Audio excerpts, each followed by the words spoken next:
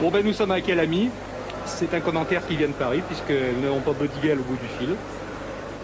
Pour le tour de chauffe, c'est-à-dire que le Grand Prix n'est pas encore parti, bien entendu. Les pilotes vont boucler un tour et revenir sur la grille de départ. Une Ferrari de Bobby Scheckter qui a réalisé le deuxième temps des essais, qui est en tête dans ce tour de chauffe, qui n'a donc aucune importance pour le placement des voitures et des pilotes. Dans son sillage, il y a la voiture de Jean-Pierre Jabouille, la Renault Turbo, avantagée à Kyalami en raison de l'altitude du circuit sud-africain. Avantagée parce que les moteurs atmosphériques qui équipent toutes les autres monoplaces sont handicapés en raison de justement cette altitude, alors que le moteur turbo-compressé, lui, ne souffre pas de ce handicap. Voilà une vue du circuit. Nous sommes à mi-chemin entre Johannesburg et Pretoria, sur les hauts plateaux du Transvaal, à près de 1800 mètres d'altitude. C'est le début de la grande ligne droite, toujours dans ce tour de chauffe, avec la Ferrari de Scheckter, suivie par Jabouille, la Ferrari de Villeneuve, et ensuite la Brabham Alfa Romeo de Niki Lauda en 4e position. Pour mieux les reconnaître, les Ferrari sont rouges comme la Brabham, comme les Brabham Alfa Romeo de Niki Lauda et de Nelson Piquet. Tout à fait à gauche, la Renault est jaune.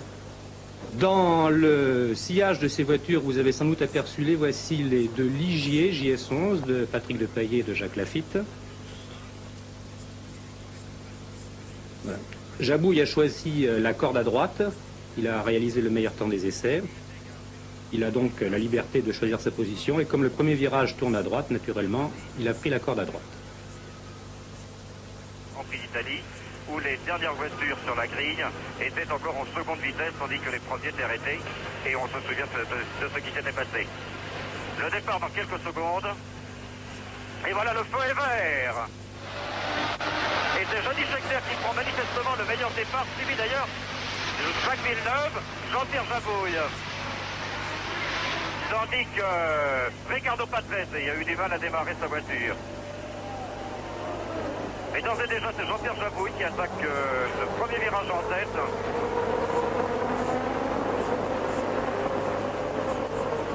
Devant les deux Ferrari. Et derrière, une Tyrrell, une Ligier, une autre Tyrrell.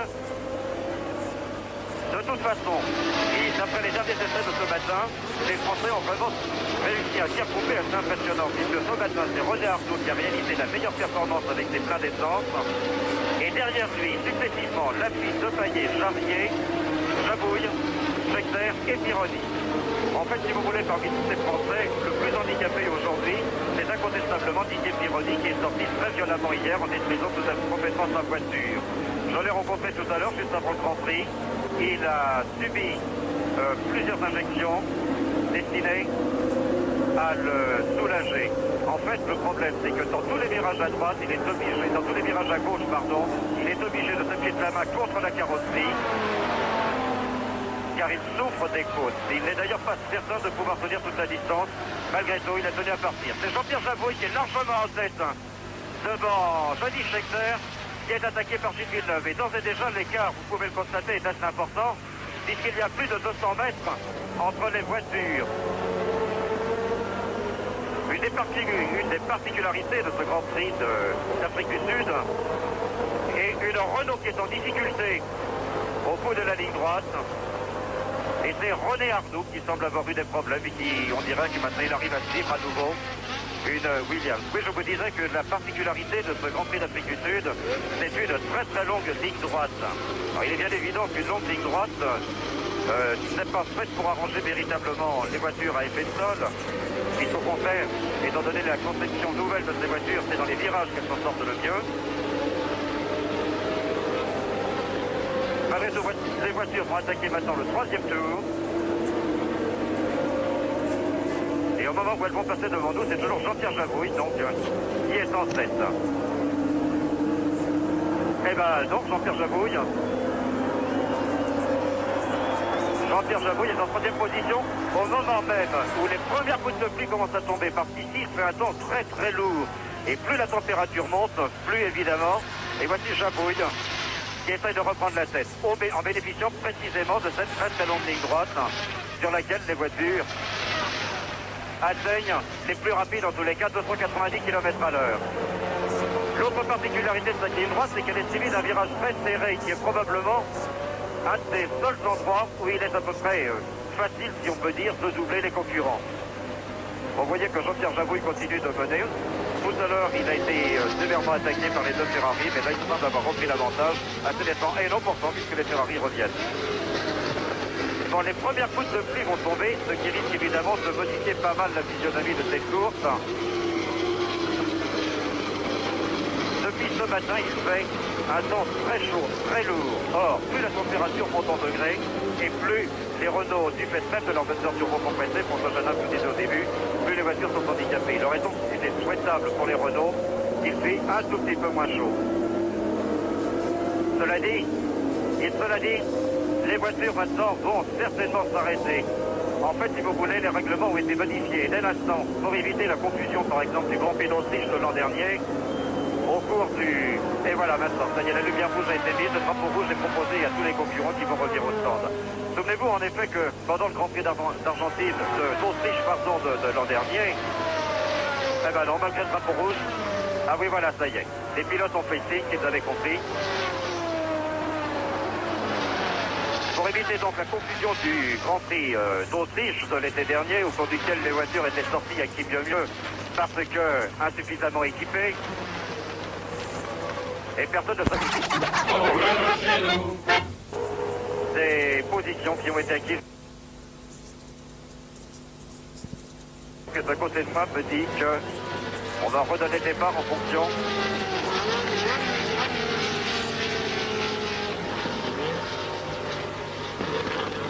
Bon, écoutez, Jean-Claude Mangeot, je pense vous pouvez reprendre maintenant l'antenne, étant donné que les voitures vont toutes rentrer au stand pour pouvoir s'équiper en pneus pluie. En fait, je crois qu'il se prépare un formidable orage et la course risque d'être complètement différente. Oui, on fait surface, on avait Henri. espéré voir les Lotus 80 se présenter à Kailami pour la première sortie. En fait, Colin Chapman a ramené les deux Lotus 79 qui étaient apparus en cours de saison l'année dernière. Il dit la situation, c'est toujours la même. Il ne pleut plus, mais la piste est toujours très humide. En face de moi, j'ai les ligiers. Sur les ligiers, on n'a pas encore commencé à changer les roues, mais en revanche, je peux vous dire qu'on a changé les ailerons arrière sur les voitures. Alors, est-ce que ça veut dire qu'on va partir quand même en pneus pluie? Parce qu'il ne semble pas, de toute façon, que la piste sera sèche dans les quelques 20-25 minutes au moment où sera donné le départ. Alors, je vous précise aussi que le départ va être donné en fonction des positions qui étaient acquises à la fin du second tour. Alors, petite question pour laquelle nous n'avons pas de réponse à l'heure actuelle. On va disputer 67 tours après ce second départ. Alors, le tout est de savoir si, au moment de l'arrivée, on rajoutera les 2 tours qui avaient été parcourus au tout début de l'épreuve. Ce qui risque d'avoir une influence dans la mesure où un écart très étroit peut être modifié par un écart au début. Alors cela dit, j'étais en train de vous dire aussi, je suis en face de chez Tyrrell, dit sévère touchette, hier aux essais. Il souffre des côtes, mais on lui a fait plusieurs injections de médicaments pour l'éviter de souffrir dans la course. Cela dit, il est quand même très gêné, très handicapé pour conduire, puisque dans tous les virages à droite, il est obligé de s'appuyer avec le coude ou avec la main pour ne pas souffrir. D'un autre côté, il est inquiet parce qu'il ne voudrait pas non plus que cette blessure et que le fait de disputer le Grand Prix l'handicape ou continue de l'handicaper pour les Grands Prix à venir. Cela dit, la grille de départ, eh bien, je vous la rappelle, c'est Jean-Pierre Jabouille qui a réalisé et de loin le meilleur temps des essais. Il a d'ailleurs battu le record de l'an dernier de 5 secondes pleines en réalisant une moyenne de 205 km/h 760. À côté de lui, sur la grille, le Sud-Africain Jody Scheckter, c'est ce que nous avons vu tout à l'heure à l'image, tandis que là maintenant, nous voyons Gilles Villeneuve, son coéquipier de chez Ferrari. Gilles Villeneuve qui, lui, part en 3e position sur la 2e ligne. À côté de lui, Niki Lauda. Et alors là, c'est remarquable de constater le travail qui a été accompli par Niki Lauda pour faire remonter de l'arrière de la grille où elle était pendant les 2 premiers Grands Prix en Amérique du Sud, la toute nouvelle Alfa Romeo. Toute nouvelle en ce sens qu'elle est équipée maintenant d'un moteur en V, alors que précédemment elle était équipée d'un moteur plat. Or, on sait très bien que pour bien profiter finalement de l'effet de sol. Pour pouvoir bien dessiner une voiture à effet de sol, il faut le moteur le plus étroit possible pour permettre d'avoir des pontons latéraux les plus larges possibles. Je ne vous raconte pas ce qu'est l'effet de sol, je ne suis pas ingénieur. Enfin, disons que c'est un profil d'aile d'avion retourné qui a tendance à abaisser et à coller en quelque sorte la voiture sur la piste. En troisième ligne, on retrouve Patrick Depailler qui a réalisé une 12-15, tandis que Jacques Lafitte a réalisé une 12-26. Les deux Ligier Boys sont quatrième position, Didier Pironi devant Mario Andretti. Et bien voilà l'image, vous la voyez, cette toute nouvelle Alfa Romeo qui ressemble presque, et s'il continuait à pleuvoir de toute façon, Henri, à peu près, je vous écoute. Ah, voilà, enfin nous pouvons converser avec vous. Quelques questions à vous poser. Vous nous avez rappelé la grille de départ tout à l'heure. Mais lorsque la course a été arrêtée, vous nous laissiez entendre que peut-être elle serait reprise sur les positions acquises, c'est-à-dire Scheckter en tête et Jabouille seulement en troisième position. si c'est au deuxième tour, non, c'est Sur Jabouille. les positions, au moment même d'ailleurs où Niki Lauda reprend Oui. la piste, oui, le départ va être donné en fonction des positions acquises à la fin du Grand Prix de Formule 1. ce sont les deux Ferrari, Gilles Villeneuve en pole position et Johnny Scheckter à ses côtés, qui vont partir en tête devant la Renault de Jean-Pierre Jabouille. Voilà.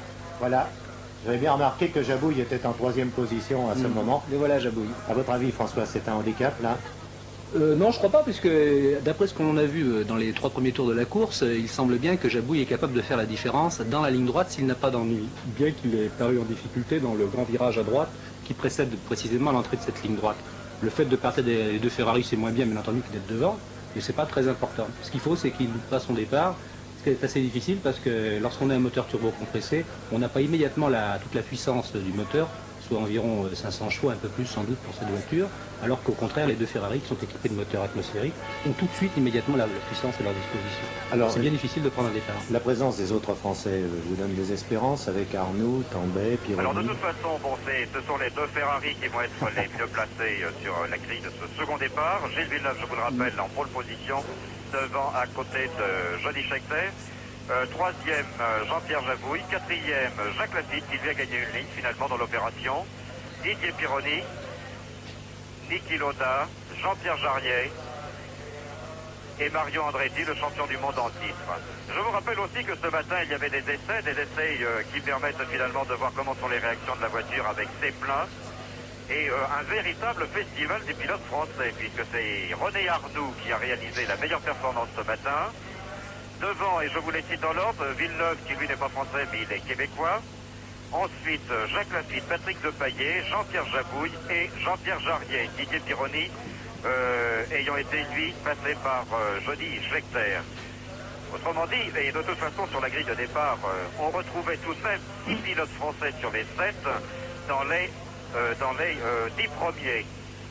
Autrement dit, l'équipe de France, dont le président Jean-Marie Ballet est si fier, on peut dire aussi que cette équipe de France, elle justifie tout à fait les espoirs et ce qu'on a dit d'elle. Vous savez, Henri, que l'équipe de France, ça n'existe pas en sport automobile. C'est un sport individuel. Oui, que l'on dit. Ça n'était pas si évident ou si naturel, ne serait-ce encore qu'il y a 2 ans ou il y a 3 ans. Je crois que, Robert, quand même, ce qu'il faut remarquer avant le départ de ce Grand Prix, c'est que les 3 voitures qui sont devant, les 2 Ferrari et la Renault de Jabouille, sont équipées par le même manufacturier de pneumatiques et que tous les autres sont équipés par un autre manufacturier. Alors, je crois que ce qui est très important, c'est de savoir si le type de pneus choisi par les Ferrari et par Jabouille, comme par Arnoux d'ailleurs, son coéquipier, tiendront la distance.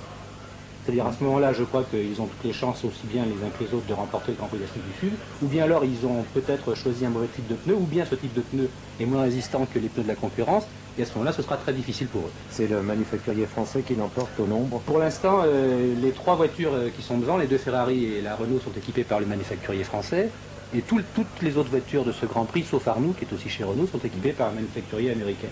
Oui, mais je vous rappelle, François Janin, que de toute façon, à propos des pneus, pour l'instant, en ce moment, c'est la valse hésitation.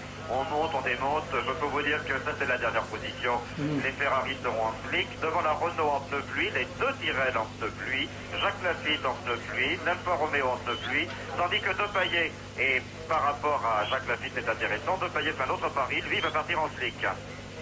Oui, c'est une sorte de pari. Alors, si tant est que les compétences en météo du côté de l'Afrique du Sud sont bonnes, c'est peut-être les gens qui font le pari de partir en ski qui ont les meilleures chances. Ils auront certainement des problèmes pendant les premiers tours, le temps que la trajectoire devienne sèche, mais par la suite, la situation pourrait s'inverser. En outre, toujours au niveau des pneus, on ignore tout à fait ce que les pneus français vont donner dans les conditions de pluie. Et c'est peut-être pour cela d'ailleurs que du côté de chez Ferrari, on préfère s'en tenir à ce que l'on connaît bien, puisqu'on est venu ici pendant 15 jours, pour précisément tester le matériel et les pneus. Cela dit, bon, je vous rappelle qu'il reste 76 tours à courir de cette troisième épreuve du championnat du monde des conducteurs. 76 tours, la totalité du Grand Prix faisant 320 km 112 pour être très précis. Et bon, on en a parcouru 8 km 800. Voilà jusqu'à maintenant. J'ajoute encore, vous avez peut-être été surpris tout à l'heure sur les images de voir que René Arnoux avait des problèmes. Eh bien, on pourra dire que lui aura bénéficié de l'interruption de l'épreuve, puisque René Arnoux était victime d'ennuis électriques. Il y avait des petits problèmes de ce côté-là. L'interruption aura certainement permis d'y remédier. Sinon, c'était les chances de René Arnoux qui, évidemment, avait tout, qui s'évanouissait.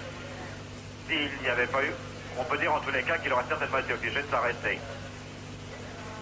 À noter également que Jensen semble, bien qu'il soit assez mal placé, il est en 13e position sur la grille de départ, mais Jensen semble avoir retrouvé le moral. Sa voiture commence à marcher mieux, et s'il a de nouveau le moral, c'est peut-être pour ne pas trop insister sur sa volonté d'arrêter les Grands Prix à la fin de l'année. On va faire le point sur les pneus en tous les cas.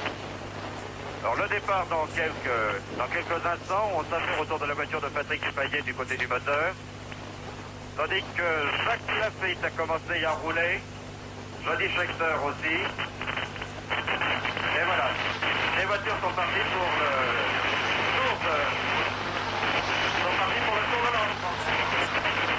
Patrick Payet est actuellement poussé sur la grille de départ, il est poussé par ses mécaniciens et par Guy Piquet. De même que Niki Lauda a eu des difficultés pour partir. Voilà, tout le monde a réussi à partir. Il faut espérer que Patrick Payet n'aura pas de problème parce qu'il est parti à la poussette. Or, on sait que c'est formellement interdit. Il y aura certainement de la réclamation dans l'air à l'arrivée. Il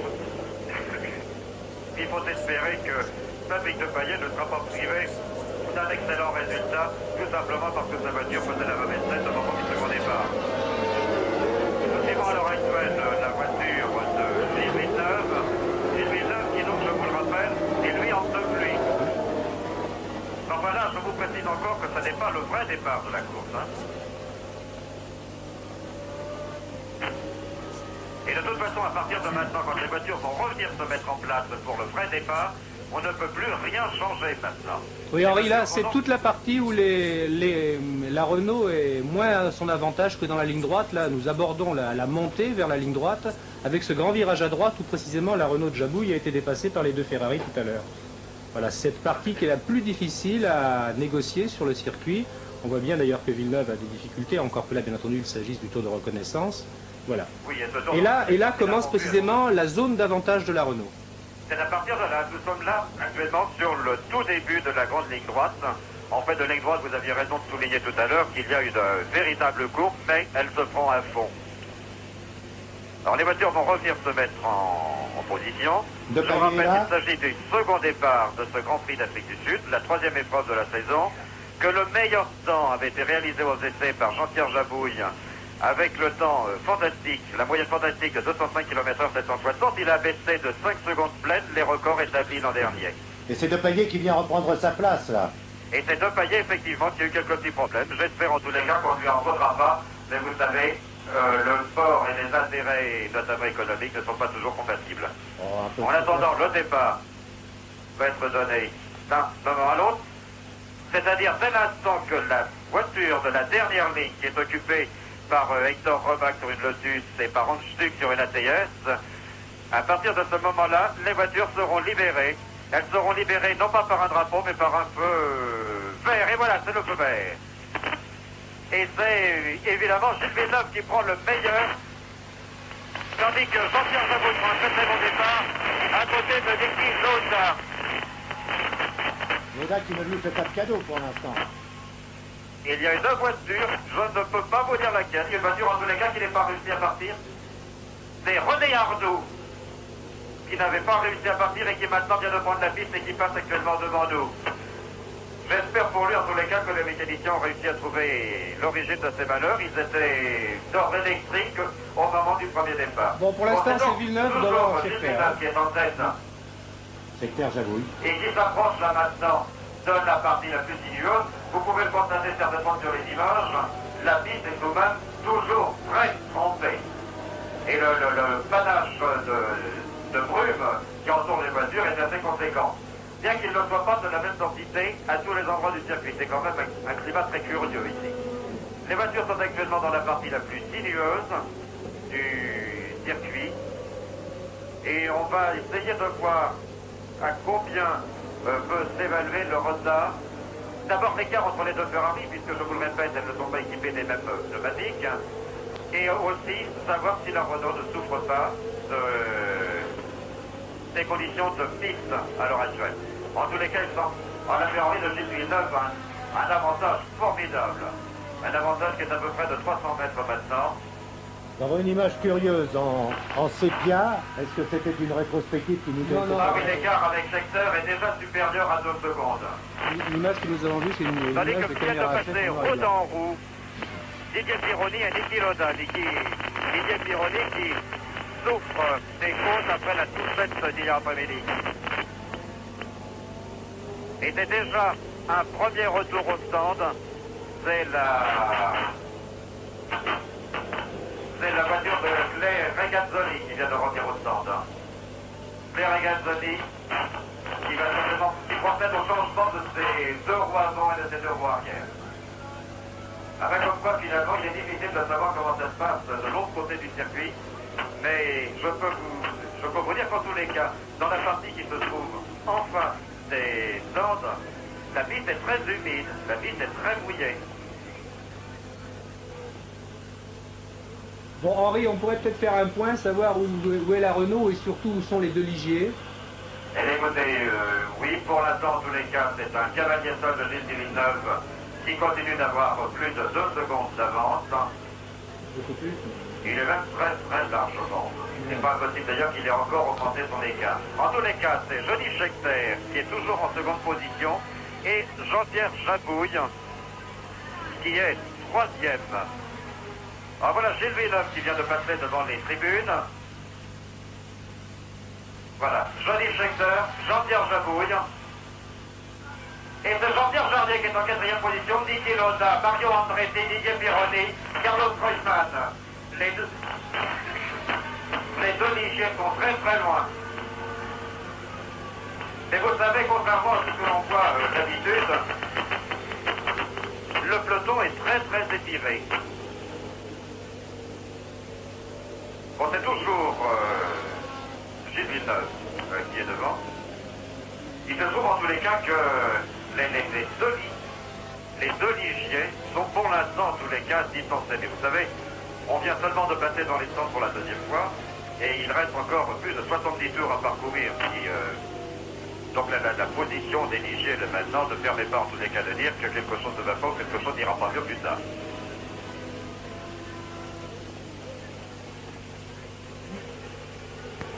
Alors pour parler du matériel, il faut dire aussi que la Ferrari, dont je vous disais tout à l'heure qu'elle est toute nouvelle, c'est un modèle à effet de sol.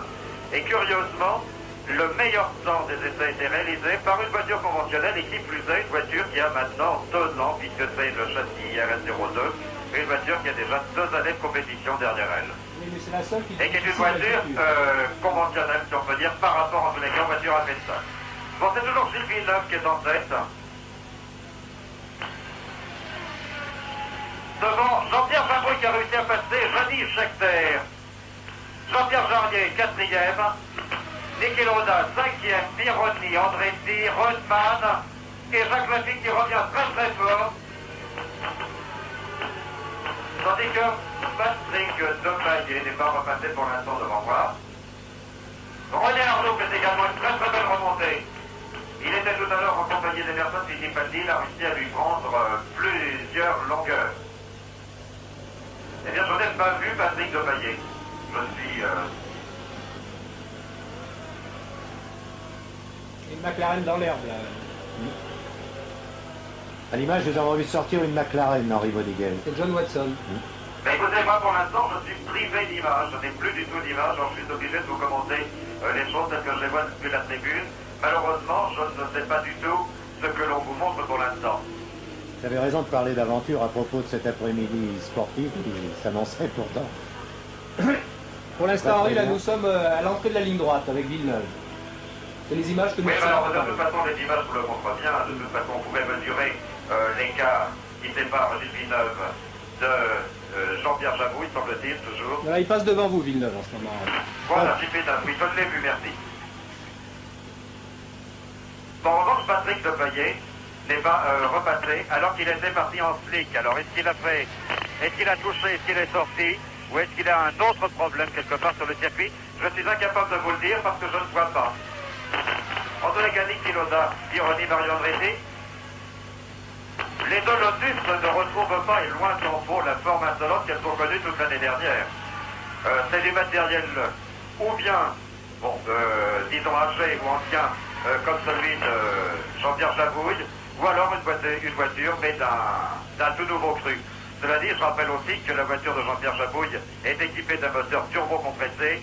Or, depuis le petit grain de tout à l'heure, et est-ce que ça n'est pas à ce moment-là aussi que les choses ont changé, et en bien peut-être pour Jean-Pierre Jabouille, il se trouve que la température est sérieusement redescendue, plusieurs degrés. Or, moins il fait chaud, et plus le moteur, surtout turbo-compressé, fonctionne bien.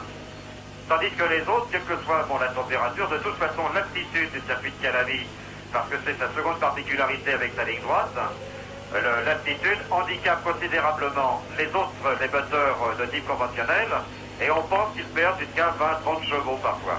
Or 20-30 chevaux, c'est considérable. Alors Villeneuve continue alors là de creuser un trou. Il a quasiment maintenant il a la moitié de la ligne droite d'avantage sur le second. Alors là vous voyez, alors c'est Johnny Scheckter qui a repassé Jean-Pierre Jabouille, tandis que Claire Gazzoni n'est pas en seconde position. Lui, il a un tour dans la vue parce qu'il a dû s'arrêter tout à l'heure pour changer ses pneus. Voilà Jacques Lafitte. Jacques Lafitte est actuellement en 8e position, tandis que les deux McLaren roulent ensemble. Patrick Tambay d'ailleurs n'a pas eu de chance, c'est lui le plus mal placé de tous les Français sur la ligne de départ. Patrick Tambay n'a réussi que le 17e temps et il a eu constamment des problèmes avec sa voiture. Et un des problèmes particuliers de la McLaren de cette année, c'est qu'elle est beaucoup trop lourde.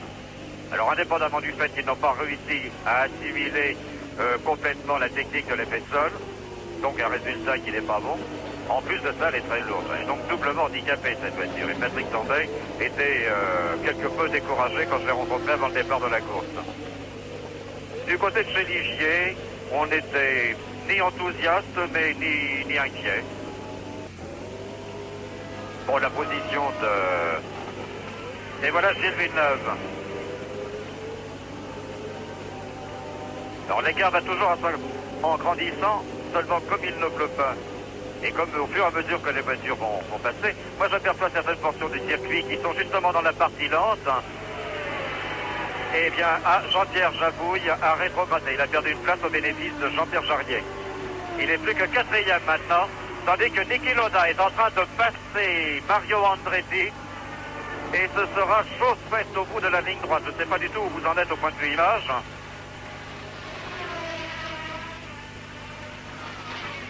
René Arnoux continue lui aussi de grignoter des places régulièrement.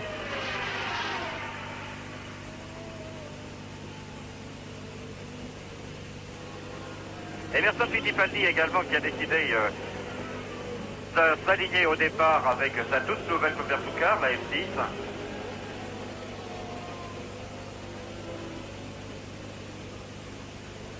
Ah voilà, ça y est, je récupère enfin les images. Et bien voilà, nous voyons maintenant Mario Andretti suivi par Didier Pironi.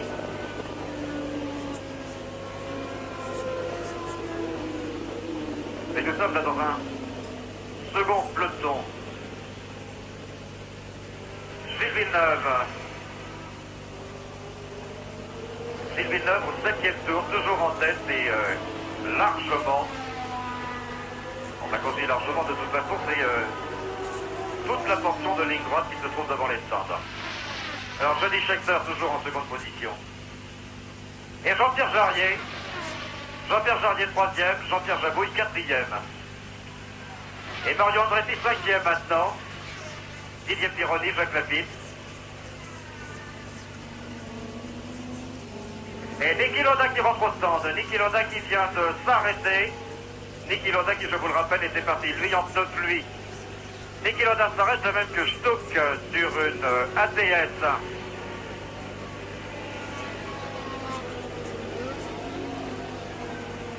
Et Riccardo Patrese qui vient de passer devant son stand, sont des signes probablement que lui aussi va s'arrêter. Autrement dit, il va être bientôt complètement impossible de savoir exactement où est qui.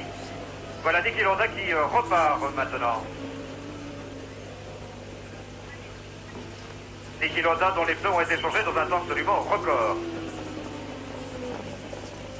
Puisqu'il n'a perdu à peu près que 4 ou 5 positions, mais cela dit, en décidant de s'arrêter plus rapidement, c'est-à-dire alors que la piste n'est pas encore sèche, il bénéficie du fait que d'abord, les stands ne sont pas encore encombrés, et donc il est plus possible d'y manœuvrer pour y arriver et pour en repartir. Et par ailleurs, il va pouvoir, lui, progressivement améliorer ses temps de passage à chaque tour. Et Johnny Scheckter, qui lui aussi vient de faire un signe à son stand. Difficile de savoir ce qu'il signifie. Henri, Oui, je vous disais que Niki Lauda va pouvoir améliorer régulièrement ses temps de passage au fur et à mesure que la piste va devenir sèche. Tandis que les autres qui continueront de rester équipés en pneus pluie vont, au fur et à mesure, devoir perdre du temps. Henri, Oui. est-ce que vous avez des nouvelles de Depailler? Et écoutez, ce palier, non, il n'est pas repassé, il est quelque part sur le circuit. On considère donc qu'il est arrêté. Pardon? On considère qu'il est arrêté. Ah, de toute façon, il ne passe plus. D'accord. Maintenant. Voilà, Riccardo Patrese qui fait toujours des signes à son sens. Voilà, James Hunt qui vient de lui aussi procéder au changement de ses pneus.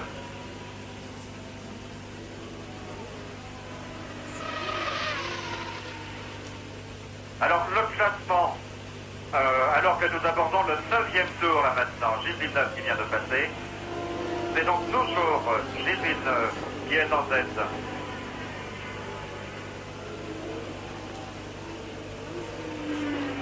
Devant son coéquipier, Johnny Scheckter.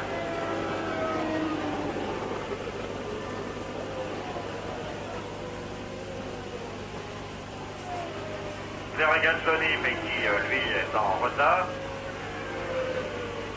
Et c'est Jean-Pierre Jabouille, 3e, Mario Andretti, 4e. Mario Andretti qui vient de passer Jacques Lafitte, et Jacques Lafitte qui a fait lui aussi des signes véhéments, tandis que Jean-Pierre Jarier s'arrête au stand. Et lui aussi pour changer ses pneus.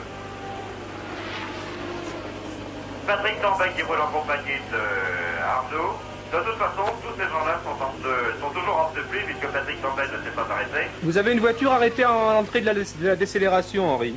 Pardon? Il y a une voiture arrêtée à l'entrée de la ligne de décélération. Et c'est une McLaren. C'est l'autre McLaren, c'est certainement Watson qui vient de manquer l'entrée devant les stands. Oula. Et De Angelis qui rentre au stand. Et De Angelis, dont on peut dire aujourd'hui qu'il est véritablement la révélation de cette saison de Grand Prix, au même titre que Riccardo Patrese l'avait été l'an dernier. Elio De Angelis, dont la position semble de plus en plus assurée au sein de l'équipe, alors qu'on sait qu'au début de la saison, chez Shadow, on s'était disposé finalement à partager la même voiture entre De Angelis et Danny Hongais, un Hawaïen qui court aux États-Unis et qui avait l'intention aussi de se lancer dans les Grands Prix. Mais il semblerait de plus en plus que Danny Hongais ne soit plus très tenté par la Formule 1, ce qui évidemment arrange bien De Angelis, qui est italien, et dont on dit d'ailleurs qu'il se sponsor lui-même, ou qu'il assure lui-même finalement le financement de sa voiture. Il y a Watson qui est reparti.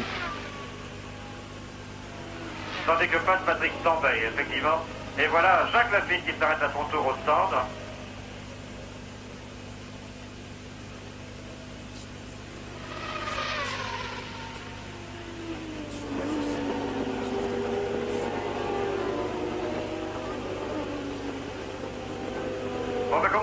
attente, de toute façon, les voitures ont été obligées de s'arrêter tout au long du...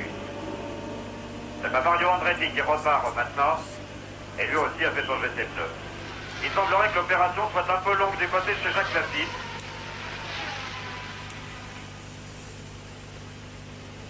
Je crois que Guy Ligier n'a pas beaucoup de chance parce que ces voitures ont fait ce qu'elles ont voulu en Argentine puis au Brésil en son absence, c'est-à-dire lorsqu'il n'était pas sur les lieux de course. Et pour une fois qu'il va sur un Grand Prix, puisqu'il est à Calamy, eh bien ces voitures ne marchent pas. Il faut dire que les circonstances ne s'y prêtent pas aussi.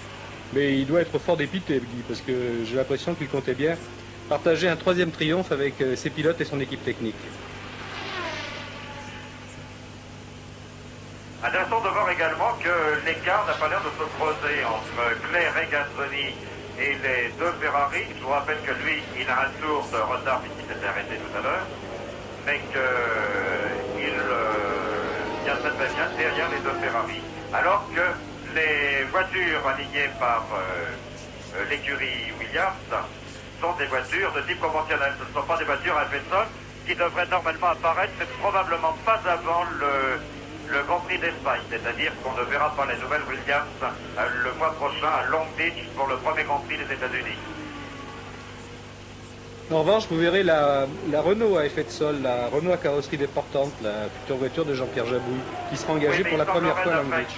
D'après ce qu'on dit chez Renault, il semblerait qu'il y ait seulement une chance ou 2 chances sur 10 de voir la nouvelle Renault aux États-Unis à Long Beach. Il faudrait donc attendre le début de la saison européenne pour que finalement toutes les écuries soient équipées de matériel nouveau.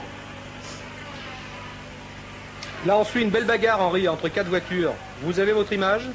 Ben écoutez, mon image, elle va et elle vient. Elle paraît très capricieuse. Il semblerait d'ailleurs que je sois logé à la même enseigne que tous les autres commentateurs qui sont ici. Alors je suis obligé finalement de... Voilà, Jacques Lafitte qui vient de repasser. Alors nous suivons actuellement toujours Gilles Villeneuve qui lui est en tête. Je vais essayer de vous prendre l'écart qui le sépare de Jody Scheckter. C'est Villeneuve qui revient sur Niki Lauda, qui a un tour de retard.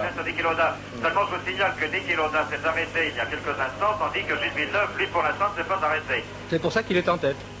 Et c'est pour ça bien évidemment qu'il est en tête. En attendant, le soleil revient ici sur la piste.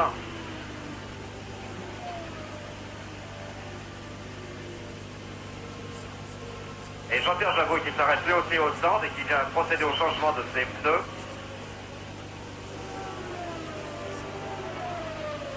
Il y a un moment aussi que je n'ai pas vu René Arnoux.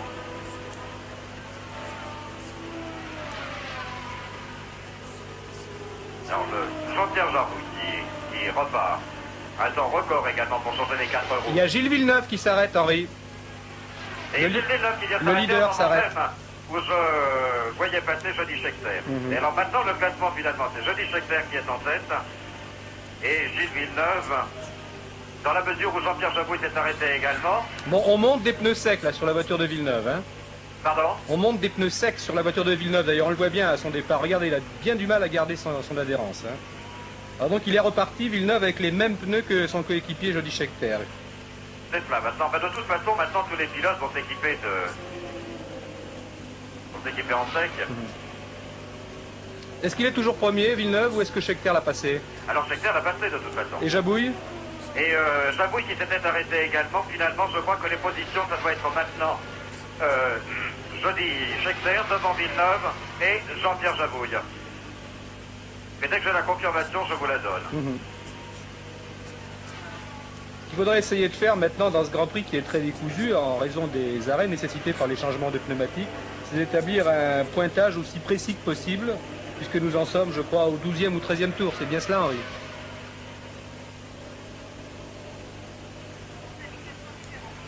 Ah bon, alors Marie-Claude Beaumont qui est à côté de moi, Marie-Claude Beaumont de chez Renault, qui est à côté de moi, elle vient d'aller faire un tour chez les autres commentateurs. Il se trouve que tout le monde a son classement. C'est vraiment des classements individuels maintenant. Et le vôtre alors, c'est lequel? Eh ben moi ça serait de toute façon toujours Villeneuve, alors maintenant, Scheckter et Jean-Pierre Jabouille.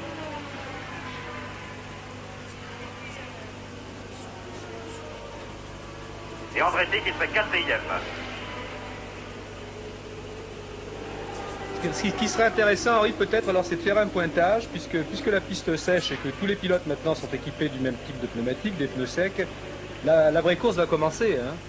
À partir de maintenant, oui, la vraie course a commencé, mais je crois qu'il ne va pas être facile de mettre de l'ordre dans les classements. Oui, mais trouver un écart, par exemple, entre les 4 premiers, entre Scheckter, Villeneuve, Jabouille et Andretti. Oui, ben écoutez, l'écart entre Villeneuve et Scheckter, je vais essayer de vous le donner au prochain passage, hein, de toute façon. Et parce qu'à partir de maintenant, évidemment, dès l'instant que tout le monde sera équipé du même matériel, on va pouvoir fixer les choses. Voilà, Scheckter qui vient de passer.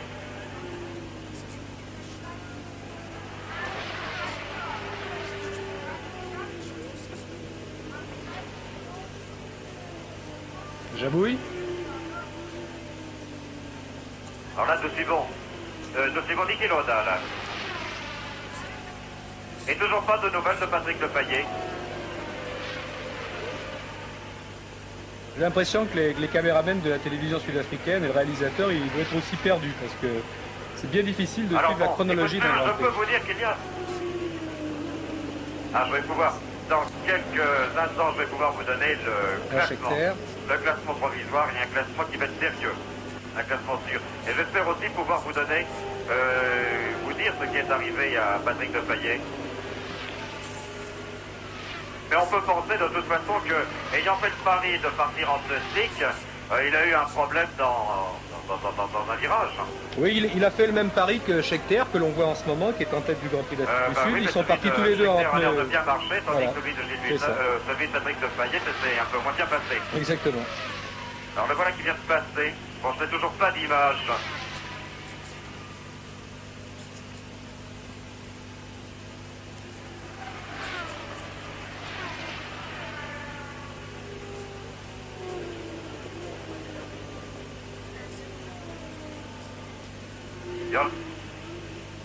Et alors juste devant nous, c'est presque à vue d'œil que la piste est en train de sécher, mais elle sèche là où passent les voitures, c'est-à-dire dans la trajectoire exclusivement. Vous voyez donc quoi, cela pose toujours un problème aux pilotes, parce qu'à partir du moment où ils sont, par exemple, pour rattraper une autre voiture et tout ça, la moindre faute, le moindre écart, et s'ils passent sur le mouillé, c'est la sortie de route qui peut se produire. Oui, c'est sûr qu'il ne faut pas sortir de la trajectoire. Alors évidemment, la piste, d'abord le soleil est revenu, je ne sais pas, peut-être que vous le voyez sur que vous vous en rendez compte sur vos écrans. Et alors en plus, le fait que le soleil est revenu donc, mais le fait que les voitures soient toutes équipées maintenant en plastique,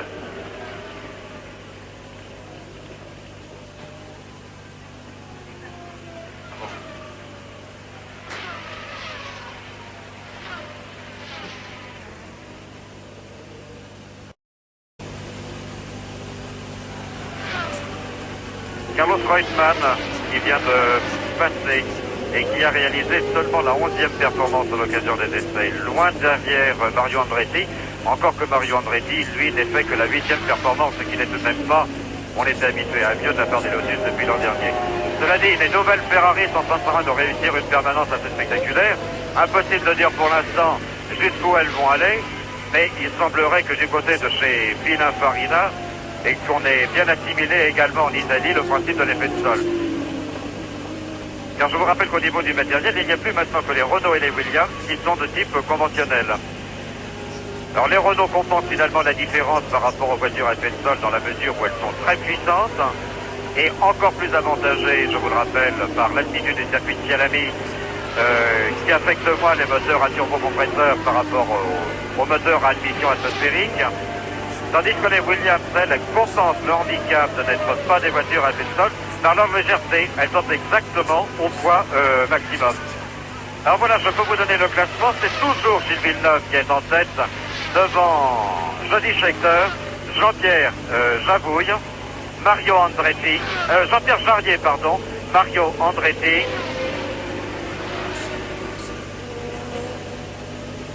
et Jean-Pierre Jabouille. Alors je vous rappelle le classement alors que nous sommes maintenant au premier tiers de la course. Premier, Gilles Villeneuve. Deuxième, Johnny Scheckter. Troisième, Jean-Pierre Jarier. Quatrième, Mario Andretti. Et cinquième, Jean-Pierre Jabouille.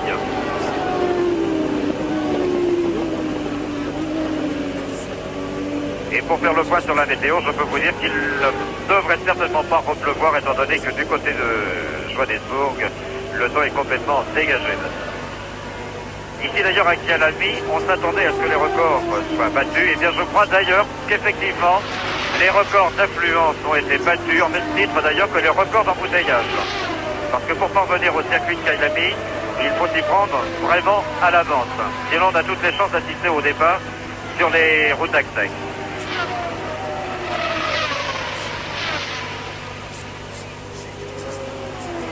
Alors Carlos Reutemann est en 6e position, tandis que Didier Pironi est actuellement en 7e position. Pour les stands, évidemment, on retrouvait un peu plus de calme que tout à l'heure.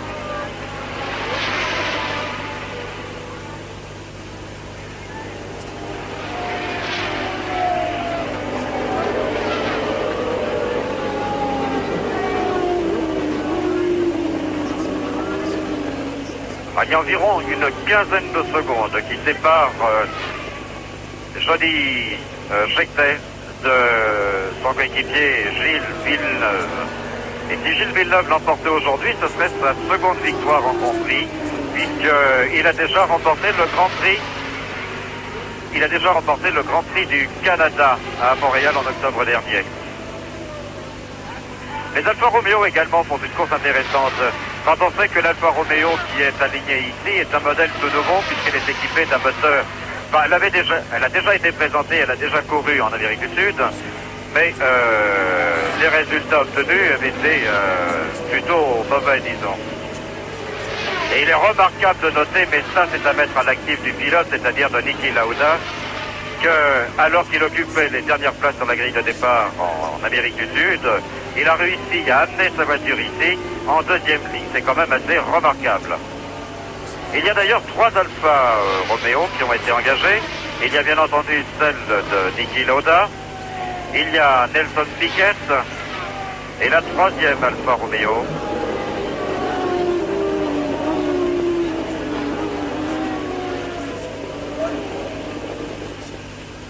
Non, il n'y a que, pardon, je vous disais qu'il y avait 3 Alfa Romeo, il y en a 3 qui ont été amenés, mais comme la plupart des équipes, on a amené un mulet ici à Kyalami. En fait, il n'y a que les 2 équipiers habituels d'Alfa Romeo qui sont là.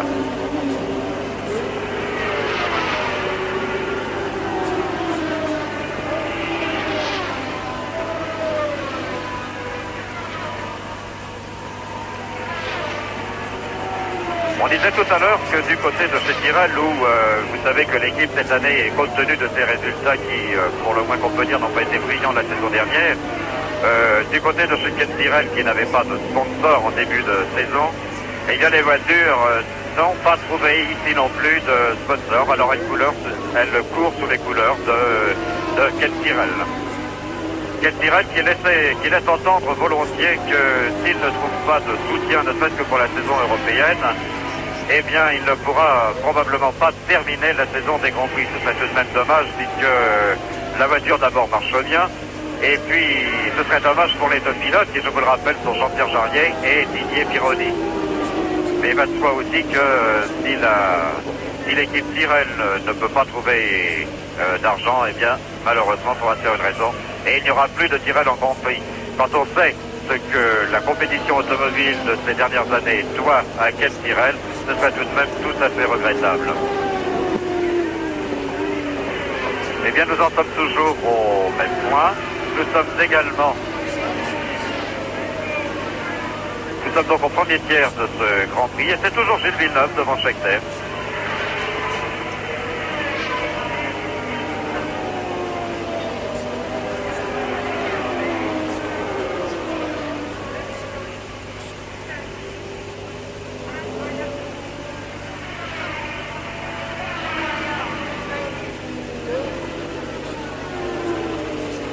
vous disais tout à l'heure aussi que tous les pilotes français avaient réussi les meilleurs temps. De toute façon, ils étaient 6 quand même parmi les 10 premiers au départ de ce Grand Prix. Et ils étaient tous groupés en 1 seconde et 15 centièmes. Cela dit, pour Jacques Lafitte, bien que, évidemment, rien absolument ne soit compromis, mais pour l'instant, il est en 8e position, ce qui veut dire que les chances de Jacques Lafitte pour l'emporter sont tout de même réduites.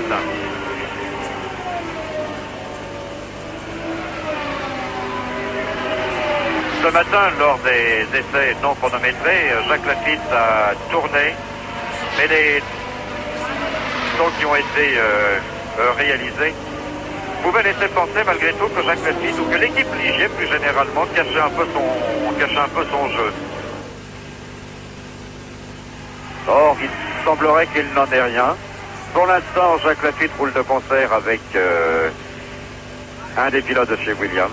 Voilà Patrick Depailler qui est revenu au stand et qui vient regarder la course maintenant le long du rail de sécurité. Patrick Depailler qui, de toute façon, je vous rassure tout à fait, il n'a absolument rien.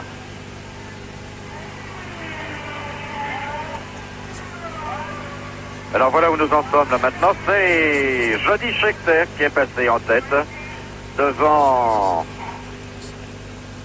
C'est Jody Scheckter qui est passé. Ah bon, alors attendez, c'est un classement que me communique Marie-Claude Beaumont. Alors... 31 minutes de course, Henri Bodiguel, nous sommes bien d'accord.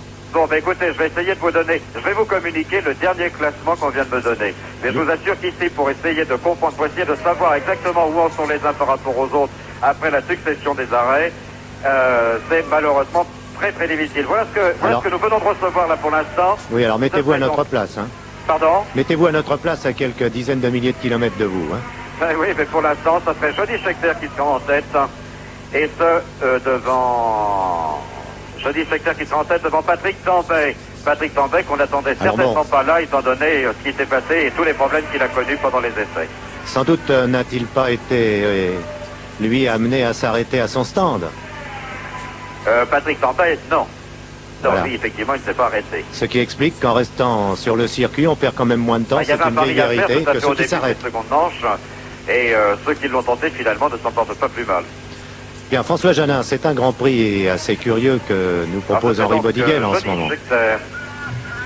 Oui, c'est un Grand Prix assez curieux. Allez, parce qu'il parle aussi, on a des difficultés pour tout. Et le troisième, Henri? Vous avez une idée du troisième, aussi surprenant que Patrick Tambay, non? Non pas sur la qualité même de Patrick Tambay. Elle est reconnue et admise depuis plusieurs mois maintenant, depuis qu'il s'est révélé au grand public, mais enfin... Henri Bodiguel, j'écoute. Vous êtes toujours là. Alors, nous essayons avec François Janin d'y voir un peu plus clair dans cette course assez confuse, d'abord parce qu'elle a donné l'occasion d'un deuxième départ. Les arrêts multipliés par les pilotes ont bouleversé le classement. François Janin, auquel pourtant aucun pneu ne peut laisser ignorer sa marque, ne s'y retrouve guère. Alors, Aucun pneu ne peut échapper, c'est ça, Robert? voilà. Là, il y a Didier Pironi qui vient de s'arrêter au stand. On est en train d'enlever le capot de son moteur. Ce serait donc, de toute façon, il ne s'agit pas d'un arrêt pour les pneus. Bon, Henri, vous nous avez donné Scheckter et Tambay. Alors, Et les côtés Scheckter et Tambay, il semblerait que ce soit effectivement le classement du point de vue de Tambay. Avec un écart de... C'est facile à... Alors ça, l'écart, de l'écart, je peux vous le donner sans problème. J'attends que Jody Scheckter passe et je prends son écart. Et en troisième position? Et alors en troisième position, eh bien, ce serait John Watson. Ah oui, tous ceux que l'on n'a pas vu s'arrêter. Les deux McLaren. Les deux McLaren, effectivement. Et en quatrième position? Et en quatrième position, c'est toujours sous réserve. Oui, oui, bien sûr, oui. Mais ce serait de toute façon en position, ce serait Nelson Piquet, c'est-à-dire une Alfa Romeo. Une Brabham. Pardon, Nelson Piquet. Sur une Brabham. Une Brabham Alfa Romeo, oui. C'est cela, oui. Voilà, vous aviez raison tous les deux. Donnez-nous toutes les informations que vous possédez, Henri, en cinquième, sixième, si jamais vous les avez. Bon, alors attendez, on continue dans le classement. Alors en cinquième position, ce serait Oui. sixième Mario Andretti.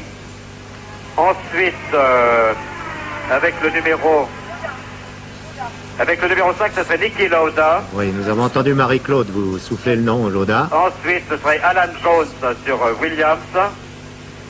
Et puis James Hunt qui finalement sera à la 10e position. Et enfin, derrière, avec le numéro 2, Carlos Reutemann. Et où est Jacques Lafitte? Eh bien, Jacques Lafitte, pour l'instant, il a disparu du classement. Comme Jabouille. Alors voilà, on vient de ramener la voiture de Patrick Depailler devant le stand. Et il lui manque, si vous voulez, tout l'avant de la voiture. Il a tapé donc. Il lui manque les moustaches. Alors il a certainement tapé de toute façon, ou alors il a percuté un autre concurrent qui était devant lui. Oui.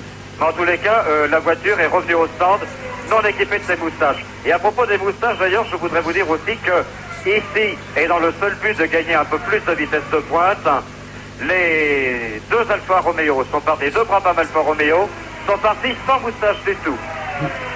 Oui, il faut bien établir la distinction entre Brabham et Alfa Romeo, Henri, parce que dans 2 mois, Alfa Romeo va engager sa propre voiture de Formule 1 équipée du bombe moteur. Et les voitures qui courent ici et qui sont conduites par Lauda et par Nelson Piquet sont des Brabham mus par des moteurs Alfa Romeo. Avec ou sans moustache, alors? Ça dépend. C'est au poil. Marie-Claude Beaumont, qui est à côté de moi, me dit qu'on est presque bon dans le classement qu'on vous attendait. On attend une confirmation. Oui, si vous pouviez avoir celle des commissaires officiels du jury international, ce serait parfait, mais ça ne doit pas être simple pour vous. En tout cas, remerciez pour nous, Marie-Claude.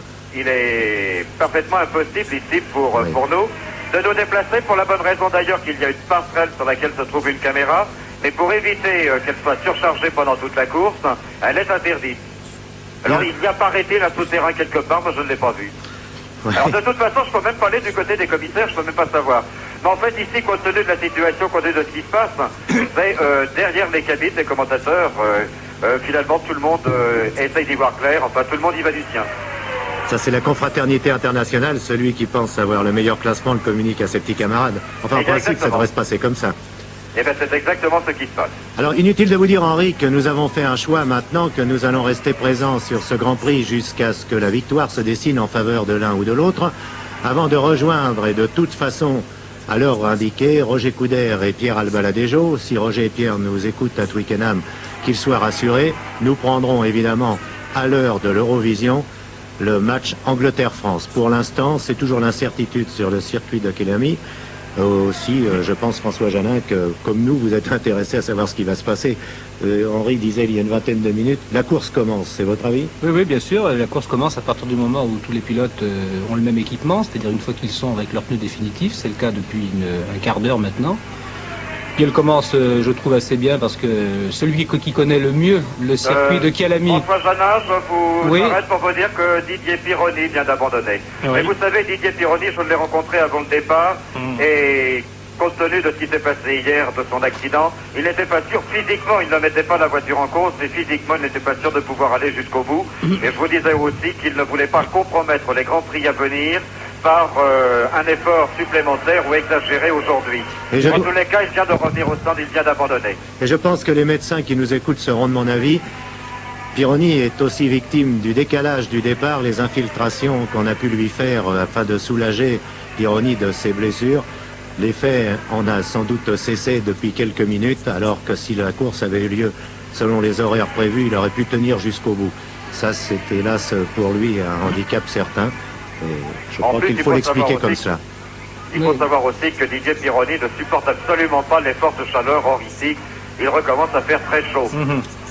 En tous les cas, on me confirme que c'est bel et bien Jody Scheckter. En tous les cas, une Ferrari qui est en tête.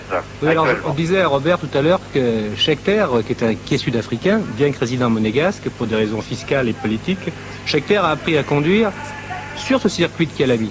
Puisqu'il est né près de... C'est le régional de l'étape, lui. Exactement, oui. Et je crois que c'est lui, bien entendu, qui connaît le mieux ce circuit de Kyalami. C'est là, d'ailleurs, qu'il qu'il a presque fait ses débuts en Grand Prix sur une McLaren, et on s'en souvient fort bien, alors qu'il était tout néophyte, il avait mené pendant les 10 premiers tours du Grand Prix d'Afrique du Sud, et c'est là d'ailleurs qu'il s'était révélé. C'est un très bon, ce Jody Scheckter. Je crois qu'aujourd'hui aussi, il a la meilleure voiture. Et à ce sujet, on peut remarquer que depuis le début de la saison, depuis le Grand Prix d'Argentine, ce sont des nouvelles voitures qui s'imposent. Les Ligier pour leur première sortie à Buenos Aires, pour leur deuxième sortie à San Paolo, Grand Prix du Brésil. Et aujourd'hui, les Ferrari 312 T4 de Scheckter et de Villeneuve qui sont en tête. Alors avant, on disait, par exemple, il faut un certain temps pour mettre des voitures au point. Ben, ce n'est plus vrai. Les voitures toutes nouvelles peuvent gagner. Les Ligier l'ont montré. Scheckter, qui avait remporté il y a 2 ans, je crois, son premier Grand Prix avec une Wolf, l'avait démontré aussi. Et aujourd'hui, il en apporte une preuve supplémentaire avec cette Ferrari 312 T4, qui est une superbe voiture. Le voici d'ailleurs. Mais François, est-ce qu'il y a encore autant d'améliorations possibles dans le sport automobile? Moi, je crois que les améliorations iront grandissantes. On en est tout à fait au début de la grande évolution du sport automobile, et les constructeurs en sont tellement conscients. On profite, Robert, que nous soyons dans le ventre de la course et qu'il ne se passe pas grand-chose pour en parler. Ils en sont tellement conscients qu'ils ont nommé une commission d'études des constructeurs qui travaille un petit peu dans le secret pour interdire à partir de la fin de l'année prochaine l'évolution des voitures à effet de sol, interdire les jupes souples. Parce que vous savez par exemple que les pilotes qui conduisent ces voitures à effet de sol, comme les Ligier ou les Lotus, subissent jusqu'à 2 G et demi. C'est-à-dire 2 fois le poids du corps. Et ça peut être très dangereux, naturellement, pour les pilotes. Les constructeurs en sont conscients. C'est un sujet de litige entre les constructeurs et les pouvoirs sportifs internationaux.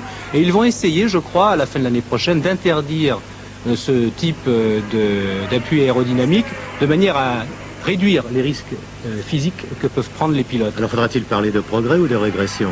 À partir du moment où on limite quelque chose, c'est une entrave au progrès, bien entendu, mais je crois qu'ils ont raison, parce que ce qui compte avant tout, c'est la sécurité des pilotes.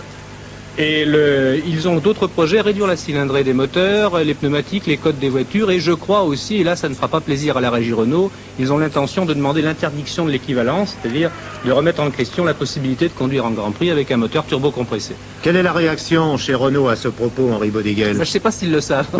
Eh bien, écoutez, pour l'instant, tous les cas, on n'en a pas parlé. Mais François évoquait tout à l'heure l'évolution des voitures de compétition. C'est tous, François. On avait dit aussi que Ferrari serait venu à Kailami avec un système de changement de vitesse semi-automatique ou peut-être même un système qui serait hydropneumatique ou hydroélectrique. Enfin bon, peu importe la formule. Mais Bon, on vous demande d'aller voir, Henri, à l'arrivée. Hein. Bon, d'accord, j'irai voir ces produits. En tous les cas, je peux vous dire qu'ils sont venus en Afrique du Sud avec une boîte de vitesse conventionnelle et un changement de vitesse classique. En tous les cas, bon, je suis maintenant formel. Je vous donne le classement du Grand Prix d'Afrique du Sud, alors qu'on en est à peu près à la moitié de alors qu'on en est exactement au 30e tour, c'est-à-dire sensiblement la moitié de l'épreuve. Jody Scheckter sur Ferrari est en tête, devant Patrick Tambay sur McLaren, second. 3e, Nelson Piquet sur Brabham Alfa Romeo. Et 4e, Jean-Pierre Jarier sur Tyrrell. Autrement dit, un Français 2e et un Français 4e. Bon, Henri, maintenant que les choses sont un peu plus claires, il faut absolument que vous nous disiez quel est l'écart entre Scheckter et Tambay, l'écart entre Scheckter et Piquet et l'écart entre Scheckter et Jarier, puisque nous sommes plus concernés par Tambay et Jarier. Vous voulez vraiment tout savoir comme si vous étiez sur place, François Jardin. Fallait obtenir de pouvoir aller en Afrique du Sud. Il suffit de demander pour... Là, j'attends le premier passage de... Nous aussi, nous allons essayer de vous aider dans notre pointage avec tous les spectateurs, les téléspectateurs qui sont passionnés par la course automobile et qui le seront, je pense, aussi tout à l'heure à l'écoute de Roger Coudert et de Pierre Albaladejo pour Angleterre-France dans moins d'1 heure maintenant. Alors dites à Scheckter de faire le plus vite possible, il connaît les contraintes de l'Eurovision ou de la Mondovision. Déjà que le patinage artistique a souffert du retard. Voilà. Je viens de pointer Jody Scheckter, j'attends le passage de Patrick Tambay. Enfin, je ne sais pas si nous aurons le temps, de toute façon, de faire le pointage entre Scheckter et ses 3 suivants.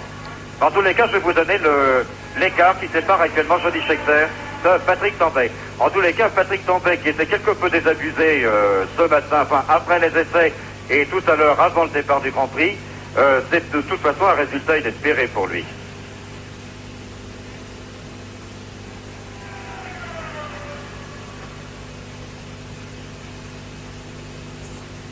Parlons un peu de lui, François Janin, en attendant qu'Henri Bodiguel puisse nous donner les écarts. Patrick Tambay, inespéré, vient de dire Henri. Pour vous, la valeur même de l'homme, en dehors de la mécanique qu'il pilote. C'est inespéré un peu parce que Henri l'a remarqué tout à l'heure, les McLaren, les nouvelles McLaren à effet de sol sont les plus lourdes de toutes. Elles pèsent, je crois, 650 kg, soit environ à vide 70 kg de plus qu'une Ligier. C'est le poids d'un pilote, c'est donc très important. Ce sont des voitures qui peut-être techniquement ont été moins réussies que ne le sont les Lotus ou les Ligier, parce que chez McLaren, ils ont fait les choses à l'envers. Ils ont construit les voitures à effet de sol et les ont passées en soufflerie après. Alors que chez Lotus et chez Ligier, on a commencé par les passer en soufflerie et ensuite, bien entendu, on a dessiné les voitures en fonction des enseignements reçus en soufflerie. Alors chez McLaren, peut-être que techniquement, pour l'instant, ils sont un peu dépassés. Ça a été le cas ces dernières années par un autre grand constructeur, Tyrrell.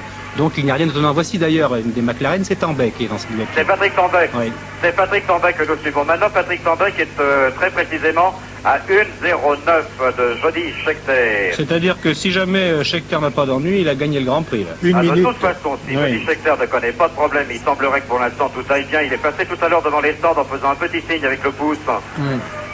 Ce qui indique bien que de toute façon, tout a l'air de se passer bien. Quant à l'écart proprement dit, 1,09, le meilleur temps réalisé par Jean-Pierre Jabouille est de 1,11,80. Autrement dit, il y a pratiquement un tour entre Jody Scheckter et Patrick Tambay, ce qui permet manifestement à Jody Scheckter d'assurer de lever le pied. Alors Patrick Tambay, c'est un garçon qui a connu beaucoup de malchance depuis le début de l'année, notamment par exemple au Grand Prix du Brésil, il a réussi l'exploit de plier, comme on dit dans le jargon automobile, une voiture par jour. À tel point que le jour de la course, à Sao Paulo, il a dû partir avec une des vieilles McLaren, une McLaren conventionnelle de l'année dernière. Et cette année aussi, là, au Grand Prix, au essai du Grand Prix de Kelani, il a connu beaucoup d'ennuis. C'est un garçon un peu particulier. Parmi les 7 pilotes français qui courent en Grand Prix, c'est celui qui est peut-être le plus anglo-saxon. Il a en tout cas une approche du sport à l'américaine. Il a vécu longtemps là-bas. Il était universitaire. C'est un ancien champion de France de ski. Il a une moustache en l'air, Tambay, la moustache gauche là qui se lève. Oui, il a dû avoir une petite touchette quelque part. On vient de le voir slalomer d'ailleurs à la manière d'un skieur, justement. C'est un garçon très sportif, donc il a été champion de France de ski. Il a été champion universitaire. Il parle couramment l'anglais. Il vit en Angleterre précisément, pour être plus près de l'usine McLaren. Il a couru en Can-Am. Can-Am, c'est une espèce de gros prototype à la mode américaine, où il a remporté beaucoup de succès l'année dernière, et c'est là qu'il s'est fait remarquer par les Américains. Et il a l'impression, Tambay, vrai ou faux, je n'en sais trop rien, d'être un peu le mal-aimé des pilotes français, parce qu'il est le moins connu. Par exemple, vous savez qu'en ce moment, dans le sport automobile, on parle beaucoup de sponsors. Eh bien, son sponsor fait en sorte que Tambay soit connu plutôt dans les pays anglo-saxons, puisque c'est un sponsor qui a une action dans ce genre de pays. Et Tambay est moins connu en France, il est moins en contact aussi avec les journalistes français, il est peut-être plus réservé, il a une éducation un peu différente, enfin toutes choses qui font que Tambay est moins bien reçu peut-être que ne le sont Lafitte ou Depailler qui sont plus près peut-être du sérail. Et je crois que c'est bien dommage parce que c'est un pilote de grand talent qui est passé par toute la filière et avec beaucoup de succès, aussi bien dans les compétitions de promotion qu'en Formule 2. Et s'il avait un petit défaut en tant que conducteur, ce serait peut-être une moins bonne maîtrise que d'autres de ses nerfs. Il lui est arrivé de faire souvent des fautes dans des épreuves importantes, alors qu'il avait pratiquement course gagnée. C'est bien dommage. Et là, en deuxième position, s'il maintient cette place, ce sera bien, puisqu'il a touché, on l'a vu nettement de face tout à l'heure, le côté gauche de sa moustache, effectivement. Oui, c'est ça. C'est un garçon en plus habile, il sait y faire quand même, bien qu'il dise qu'il ne soit pas très aimé. Je l'ai vu par exemple quand il avait gagné sa première compétition de promotion sur le circuit du Castellet. Il avait fait en sorte je crois, de tomber, mais c'était plutôt de faire semblant de tomber en panne, juste devant Ken Tyrrell qui était président du jury. Comme ça, Ken Tyrrell, s'il ignorait les traits de Patrick Tambay, il était obligé de les connaître. Tambay s'est sorti de son cockpit juste sous le grand nez de Ken Tyrrell. Dieu sait qu'il est grand. Bien, alors après Patrick Tambay, on nous présente Mario Andretti. Maintenant, quelle position occupe-t-il, Henri Bodiguel ? Eh bien, Mario Andretti, Marie-Claude Beaumont, là, vient de partir pour essayer d'avoir des informations. Là. Je peux vous donner un classement, mais il est quand même assez vieux. Mais de toute façon, Mario Andretti est assez loin derrière. De toute façon, vous savez, Mario Andretti... Oui, je voudrais vous dire aussi qu'il n'y a pas moins de 4 anciens champions du monde qui sont au départ aujourd'hui de ce Grand Prix d'Afrique du Sud. Et qu'il y a James Hunt, Mario Andretti, Niki Lauda et Emerson Fittipaldi. Emerson Fittipaldi qui finalement s'est fait une raison, il a aligné sa nouvelle voiture, mais en fait, il a davantage pris le parti de venir ici pour une nouvelle séance d'essai. Autrement dit, il met à profit la distance du Grand Prix pour essayer de faire évoluer sa voiture. En tous les cas, c'est une voiture qui est assez bizarre à regarder. On a l'impression même qu'elle a le nez de Concorde. Et tout le monde pique du nez devant elle, alors. Vous êtes sûr que vous l'avez regardé dans le bon sens, Henri? Oui, les deux roues avant sont à l'avant. Bien, alors après... Par contre, Marie-Claude Beaumont m'indique que de toute façon, ici, nous en sommes à 4 classements différents. Alors, lequel voulez-vous, le plus français ou bien le plus juste? Est-ce que dans les 4 classements que vous possédez, est-ce que Tambay est à chaque fois deuxième? Et son écart sur le troisième, sur celui qui le suit? Entre Tambay et Nelson Piquet.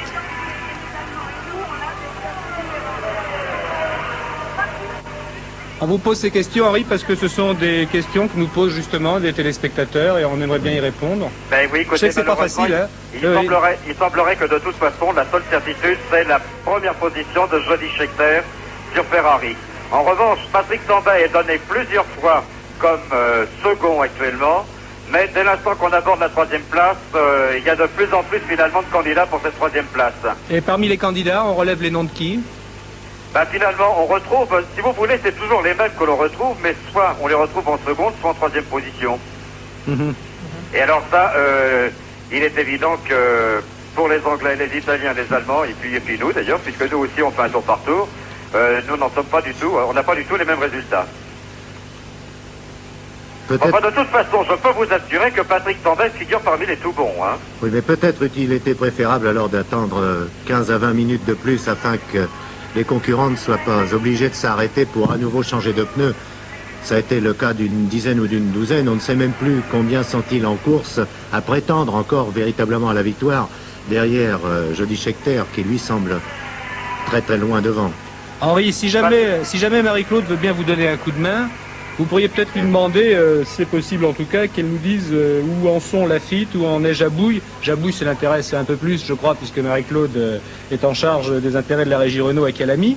Et puis qu'elle nous dise un peu où en sont les pilotes français, et éventuellement s'ils connaissent des ennuis et quelle est la nature de ces ennuis. Arnaud est en 8e, René Arnaud est en 8e position, tandis que Jean-Pierre Jabouille, on essaye de vérifier exactement où il en est, parce que nous sommes également équipés, je peux vous le dire, d'un petit talkie-walkie, et avec lequel on essaye d'avoir des informations auprès du stand. Et que ce soit dans le stand du côté du chronométrage ou bien ici, c'est quand même le flou. Bon, cela dit, je vais essayer de vous calculer maintenant l'écart. Alors, qui séparerait, je le dis au conditionnel, Jody Scheckter de Nelson Piquet, qui d'après le classement dont je dispose serait troisième. Oui. Ça c'est bien dommage quand même pour les Renault qui avaient une bonne chance là de pouvoir s'imposer, oui, bien sûr. Ben oui, en raison de l'altitude, mais de toute façon, je crois que c'est partie remise parce que si mes renseignements sont bons, la régie prépare une nouvelle voiture à effet de sol qui va être tout à fait performante. Et Jabouille, qui donne d'ailleurs parfois dans l'optimisme, alors il faut faire attention, c'est normal d'ailleurs, c'est son rôle de pilote d'être toujours confiant. Mais enfin, Jabouille prétend que ce sera une voiture tout à fait imbattable. Alors, je lui dis par exemple, je me souviens à Sao Paulo, au soir du Grand Prix du Brésil, que s'il avait le choix de dire par exemple, bon, j'accepte de gagner 3 Grands Prix cette année, c'est un pari que je prends, Jabouille a dit non, parce que je vais gagner plus de 3 Grands Prix cette année. C'est vous dire à quel point il a confiance dans la qualité de la voiture, de la prochaine voiture de Formule 1 de la régie Renault. Ben, je souhaite qu'il ait raison. Hein. Ben écoutez, pour l'instant, en tous les cas, la position chez Renault dont on est sûr, c'est celle de René Arnaud, qui est 8e. Tandis que Jacques Lafitte revient très fort, alors qu'au contraire, c'est Nelson Piquet et son Alfa Romeo, ce programme Alfa Romeo, qui ont tendance à rétrograder. Il semble que ça ne vous impressionne pas, vous, les spécialistes de la course automobile, mais pour ceux qui le sont un peu moins ou beaucoup moins que vous, il est quand même étonnant d'apprendre que, à l'occasion d'une seule saison, c'est-à-dire ramenée en une dizaine de mois, si l'on prenait les voitures qui participent à la première des compétitions des championnats du monde, on n'en retrouverait pas une seule lors de la dernière course, tant l'amélioration, tant le changement s'opère en permanence chez les constructeurs. Oui, mais Robert, c'est tout à fait normal. D'abord parce que je crois qu'il y a un phénomène, tout le monde copie tout le monde. Par exemple, l'année dernière, tout le monde a copié Lotus. Lotus, c'était la panacée technique. Ainsi va l'industrie et le commerce dans le monde. Exactement. Tout le monde a copié Lotus. En début d'année, c'est Ligier qui a le mieux copié Lotus. Je crois d'ailleurs que les Ligier conserveront leur avantage sur les prochains circuits. Et il paraît qu'elle a mis à cause de cette grande ligne droite, qui est un handicap pour elle. Tout le monde, j'ai vu par exemple les McLaren à Sao Paulo qui avaient copié déjà les Ligier. On copiait les Ligier parce que c'était les voitures qui gagnaient, c'est bien normal. Et puis ensuite, il y a une évolution technique permanente, il y a les pneumatiques qui s'améliorent, il y a tout qui s'améliore. Et surtout, depuis quelques années, les constructeurs se sont penchés beaucoup plus que dans le passé sur les problèmes sérieux de l'aérodynamique, ce qu'ils ne faisaient pas auparavant.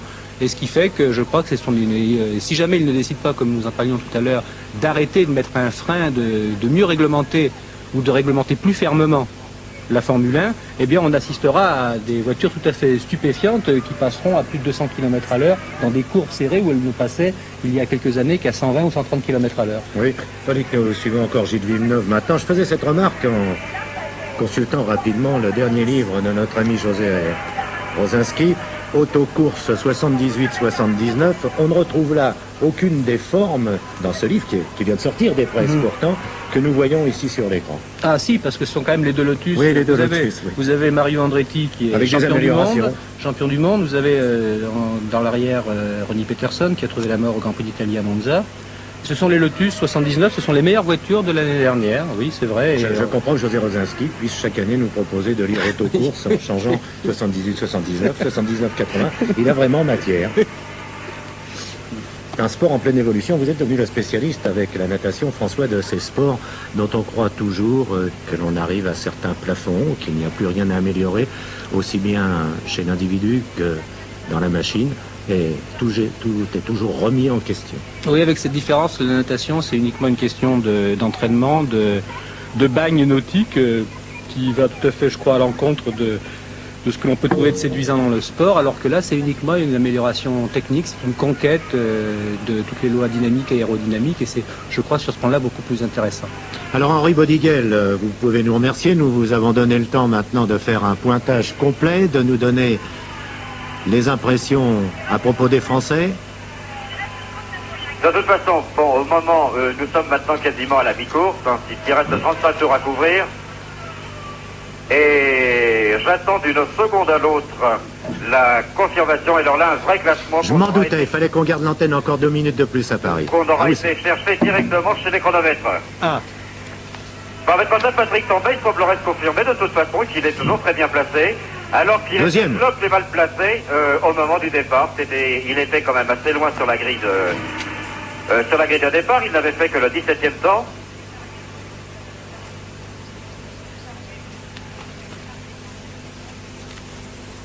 Et s'il se classe deuxième aujourd'hui à Calamy, eh bien, il obtiendra son meilleur résultat en Grand Prix. Oui. Écoutez, voilà ce qu'on vient de m'apporter. Alors ce serait actuellement au 35e tour, Johnny Scheckter devant Gilles Villeneuve à 10 secondes 8. Jean-Pierre Jarier serait 3e à 1 minute 6 secondes 8. Le 4e donc serait Patrick Tambay. Le 5e Mario Andretti. 6e Nelson Piquet. 7e Jean-Pierre Jabouille. Et 8e Carlos Reutemann. Autrement dit, les deux Ferrari qui seraient en tête devant Tyrrell, McLaren, Lotus, Brabham, Renault et Lotus. Mais c'est encore sous réserve, je vous dis. Oui. Attendons quelques secondes encore et je vous le confirme, puisque la confirmation, je vais l'avoir par la tour de contrôle. Oui, alors, en tous les cas, ce seraient les deux Ferrari qui seraient actuellement en tête et dans l'ordre, Johnny Scheckter et Gilles Villeneuve. Bien, alors Henri, d'autres reporters qui sont tout près de vous, mais le monde est petit et que nous pouvons recevoir aussi, donne un classement conforme à celui que vous donniez il y a quelques instants, c'est-à-dire Tambay en 2e position, derrière Scheckter. Oui, et bien écoutez, les choses sont en train de changer parce que là, Patrick Tambay vient précisément de s'arrêter à son stand. Ah. Alors le 3e était Villeneuve, avant cet arrêt de Patrick Tambay, 4e Jabouille, 5e Jarier, 6e Andretti. C'est-à-dire que nous retrouvions 3 Français parmi les 5 premiers. Il ne s'agit pas de faire du cocorico ici, bien sûr, puisque Johnny Scheckter est assez loin devant, mais faut-il le dire, c'était surtout la course des Français qui nous intéressait à l'occasion de ce Grand Prix d'Afrique du Sud, puisque les pilotes de notre ami Ligier avaient dominé les premiers Grands Prix et Jabouille promettait cette performance.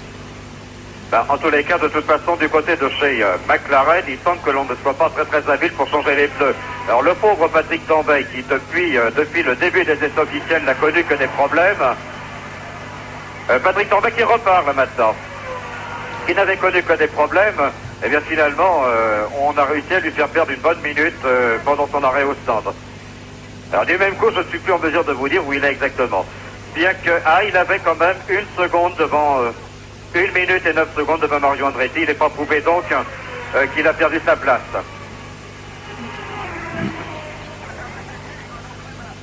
Est-ce que vous pouvez nous rappeler les abandons les plus notoires depuis le début du Grand Prix, Henri?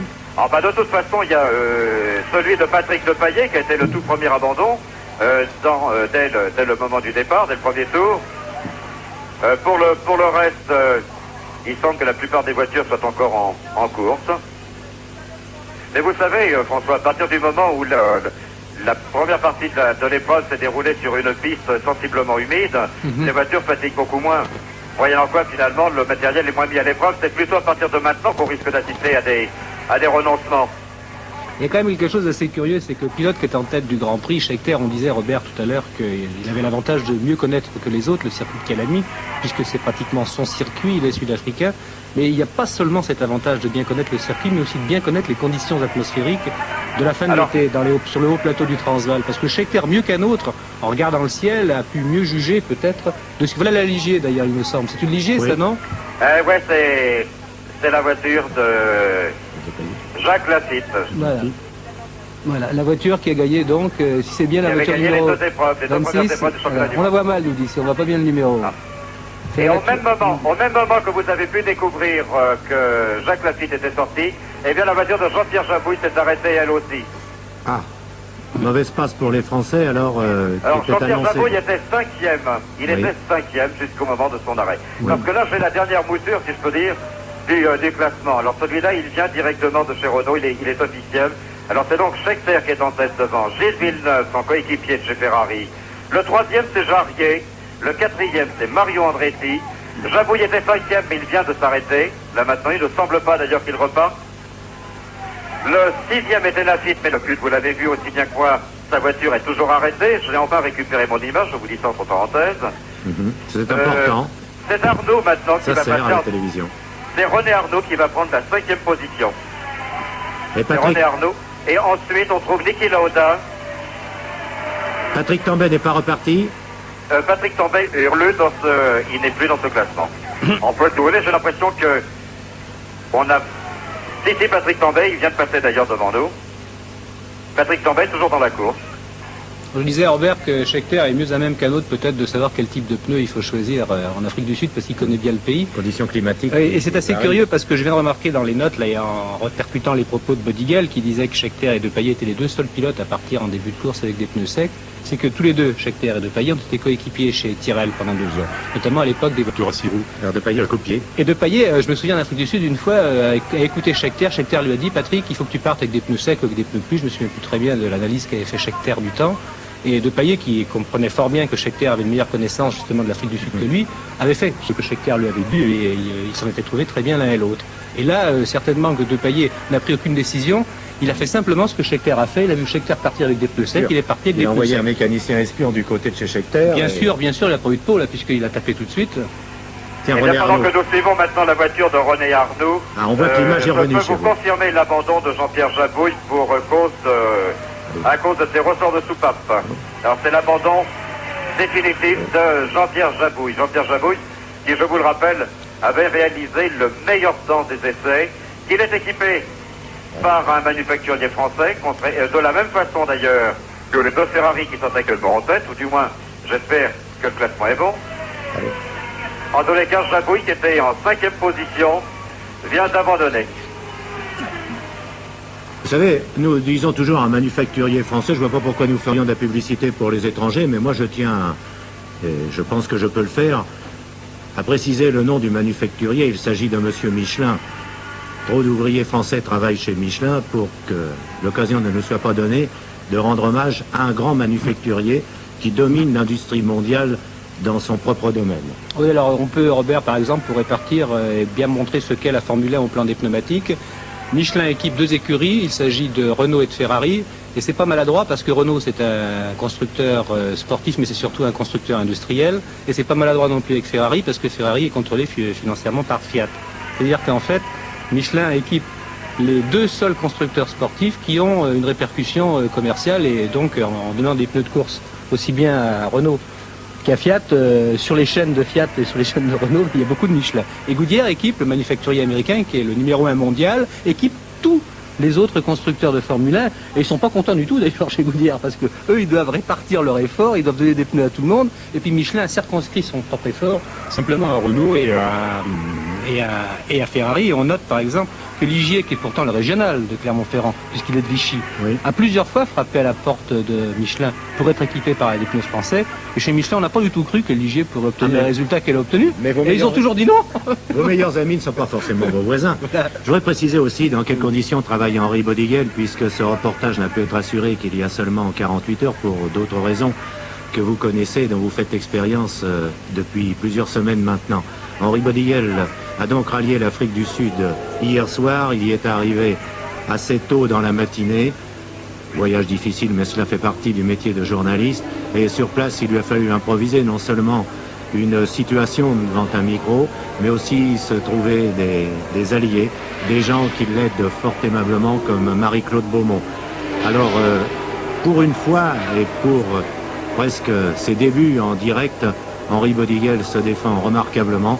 Il essaie de nous recueillir un maximum d'informations, et je voudrais l'en remercier ici parce que, par expérience, nous savons tous que déjà un premier reportage, ça n'est pas simple, mais dans les conditions qui lui ont été imposées, c'est encore beaucoup plus délicat. À vous, Henri. Je peux vous apporter une précision encore. Et malheureusement, c'est une précision qui n'est pas très plaisante parce que j'apprends maintenant que même les organisateurs sont complètement perdus dans les classements. Alors, on ne peut pas obtenir ni la moyenne générale, ni le record du tour.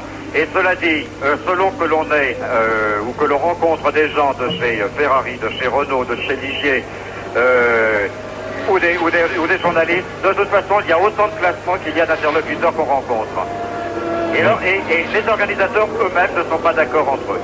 Mais on s'en aperçoit puisque la télévision sud-africaine ne nous a pas encore présenté une seule fois le classement, ce qui est courant dans tous les grands prix et dans toutes les compétitions où il y a un classement ainsi établi de la première à la 10e place, dans tous les sports individuels en particulier. Bon, jamais ce classement ne nous est donné, donc c'est la preuve formelle qu'il n'y a aucune liaison entre l'organisation... Arrête, Un arrêt de Jody Scheckter, oui, Jody Scheckter qui rentre au stand. On arrête l'homme de tête, les pneus. Les pneus, changement de pneus. Alors, à chrono. Ah, ça vaut la peine parce que ça nous a impressionné tout à l'heure. Voilà, 6 secondes déjà. Combien de temps pour changer des pneus? Étant donné que Jody Scheckter possédait... Théoriquement, ça se fait en 28 secondes, Robert. Bah, je crois écoutez, qu'il il encore avait... va être battu, hein. Si le classement qu'on m'a donné... Non, mais ce classement-là n'est pas bon de toute façon. 20 secondes. Voilà. Top 21 secondes pour changer les pneus, Judy Scheckter. Eh bien, Eh ben, vous qui regardez, qui suivez ce Grand Prix, je m'adresse là à tous nos téléspectateurs d'Antenne 2, fidèles au jeu du stade, essayez dans la campagne, un soir, en race campagne, après crevaison, de changer comme ça 4 pneus. Judy Scheckter n'était pas seul, mais faites descendre tous les membres de votre famille, belle-maman y compris, et donnez-leur en main les démontes pneus, vous verrez. Bah, écoutez, ça il n'est durera pas... beaucoup plus longtemps. Henri, Alors, Robert, oui. Henri, pour avoir un bon classement quand même, parce que je crois que maintenant ça devient important, il y a sur les circuits de Formule 1 une seule solution, c'est d'aller voir ou Michel Dubosc qui est chronométreuse chez Ligier, ou Anne Boinard qui est chronométreuse chez Renault. Parce que lorsque personne ne sait ce qui se passe sur un circuit, c'est auprès de ces deux charmantes dames qu'on va se renseigner, et elles ne se trompent jamais. Ah bah, de toute façon, le classement que je vous ai donné tout à l'heure, c'est-à-dire Scheckter, Villeneuve, Jarier, Andretti et Arnoux, c'est le classement de chez Renault. d'Anne Boinard, donc. Voilà. Voilà. Donc c'est un classement qui, finalement, auquel je crois on peut faire confiance. Et que votre charme soit efficace en l'occasion, Henri Bodiguel. Je dois malheureusement signaler quelque chose qui, à vous, d'abord, me fera guère plaisir. Le Grand Prix d'Afrique du Sud, dont l'arrivée était prévue à 16h, heure française, heure sud-africaine, et donc retardé d'une cinquantaine de minutes, environ 16h50, nous dit-on. Mais le satellite qui nous permet d'assurer le reportage et qui doit être fixé du côté de l'Australie maintenant, je pense, ça c'est curieux mais c'est comme ça, le satellite de l'Afrique du Sud cessera de fonctionner à partir de 15h50. C'est-à-dire que Judy Scheckter devra faire en sorte d'arriver dans moins de 27 minutes pour que nous puissions assister à son arrivée. Et je dois vous dire que cela apporte une solution à l'un de nos problèmes qui consistait à donner l'antenne à temps à Roger Coudert et Pierre Albaladejo. Nous nous y étions engagés, mais par la force des choses, de toute façon, nous serons amenés à le faire. Voilà. En revanche, j'aurais bien voulu, moi, pour ne serait-ce que pour la fin de la journée, pouvoir vous donner l'opinion finalement de celui du Français qui serait actuellement le mieux placé, c'est-à-dire Jean-Pierre Jarier. Alors oui. Il semblerait que malheureusement ça ne soit pas possible. Si, je vais vous indiquer un bon moyen qui est vieux comme le monde pour le journal, c'est le téléphone. Eh bien c'est promis, je vais m'arranger pour être avec vous. À défaut d'image, puisqu'il ne sera pas possible d'en avoir en direct à ce moment, par le téléphone, nous connaîtrons l'opinion de Jean-Pierre Jarier sur ce Grand Prix d'Afrique du Sud. Je dois le dire très franchement, assez décevant, assez déconcertant surtout parce que difficile à suivre et dont on attendait beaucoup. François Janin qui avait pris les précautions pour rester ici à nos côtés et nous dire tout ce qu'il sait sur le monde automobile et ce circuit qu'il a tant fréquenté dans le passé, mais qu'il n'a plus envie de fréquenter pour l'instant. Bref, pour vous Henri aussi, une petite déception sans doute. Hein. Oui. Alors voilà, je vous donne le tout dernier classement toujours de chez Renault. De toute façon, c'est la référence que maintenant nous avons décidé d'adopter parce qu'il est impossible de savoir exactement où on en est. Alors autant se tenir au classement d'une bonne équipe. Classement établi à quel tour, Henri, s'il vous plaît? Alors nous en sommes maintenant il reste encore 26 tours à parcourir. Donc c'est au 50e tour. Voilà à peu près, voilà c'est ça, pour être précis. Et c'est Gilles Villeneuve qui serait en tête. Ah. Et Scheckter, effectivement, serait resté un tout petit peu trop longtemps à son stand. Alors Villeneuve, Scheckter, devant Jean-Pierre Jarier, Mario Andretti. Jean-Pierre Jarier qui du même coup devient le Français le mieux placé. Et le second Français bien placé, c'est René Ardoux sur l'autre Renault turbo compressé. Et lui, il est 5e. Que de changements, que de bouleversements. Hein. Nous suivons à l'image maintenant celui de virtuel leader de ce Grand Prix d'Afrique du Sud. Je vais essayer de prendre d'ailleurs tout de suite l'écart qui sépare Gilles Villeneuve de Jody Scheckter. C'est le char du Canadien, du Québécois Villeneuve. Exactement. Il est au moins d'expression francophone à défaut d'être français. Je ne me moque pas du tout de lui parce que nous aimons tous beaucoup ici les Québécois et c'est les expressions mêmes qu'emploie Gilles Villeneuve. C'est la raison pour laquelle je me permets de la répercuter. Écoutez, j'ai eu beaucoup de mal à le rencontrer parce que c'est un personnage un peu secret d'une part et d'un autre côté qui était très très entouré, très sollicité. Un garçon qui a eu une grande chance dans sa vie. Il est presque débutant en Formule 1 et le premier Grand Prix qu'il a gagné, c'est chez lui l'année dernière à Montréal, au Québec. Et vous imaginez dans quel triomphe. Oui, il a gagné son premier Grand Prix à l'occasion de sa première saison d'ailleurs en Formule 1. La deuxième. Encore 24 minutes à tenir, je pense que ce sera difficile pour tout le monde. D'abord les pilotes, pour vous Henri Bodiguel qui vous appliquez à nous transmettre des informations alors que la télévision sud-africaine reste parfois un peu trop volontiers sur une seule voiture plutôt que de nous donner une physionomie générale de la course et surtout de nous rappeler un classement ou de nous l'apprendre pour l'instant. Et difficile aussi à tenir ces 24 dernières minutes pour François Janin qui ici commence à se demander dans quel verre il doit tremper sa plume. Eh bien, vous savez, au moment où nous venons de voir là, Gilles Villeneuve sur les images, là, je peux vous dire que l'écart entre Villeneuve et Scheckter est de 35 secondes actuellement.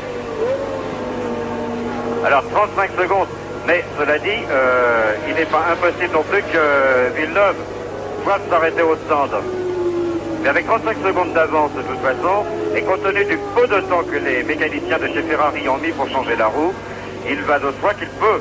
En tous les cas, il est très possible qu'il reste en première position.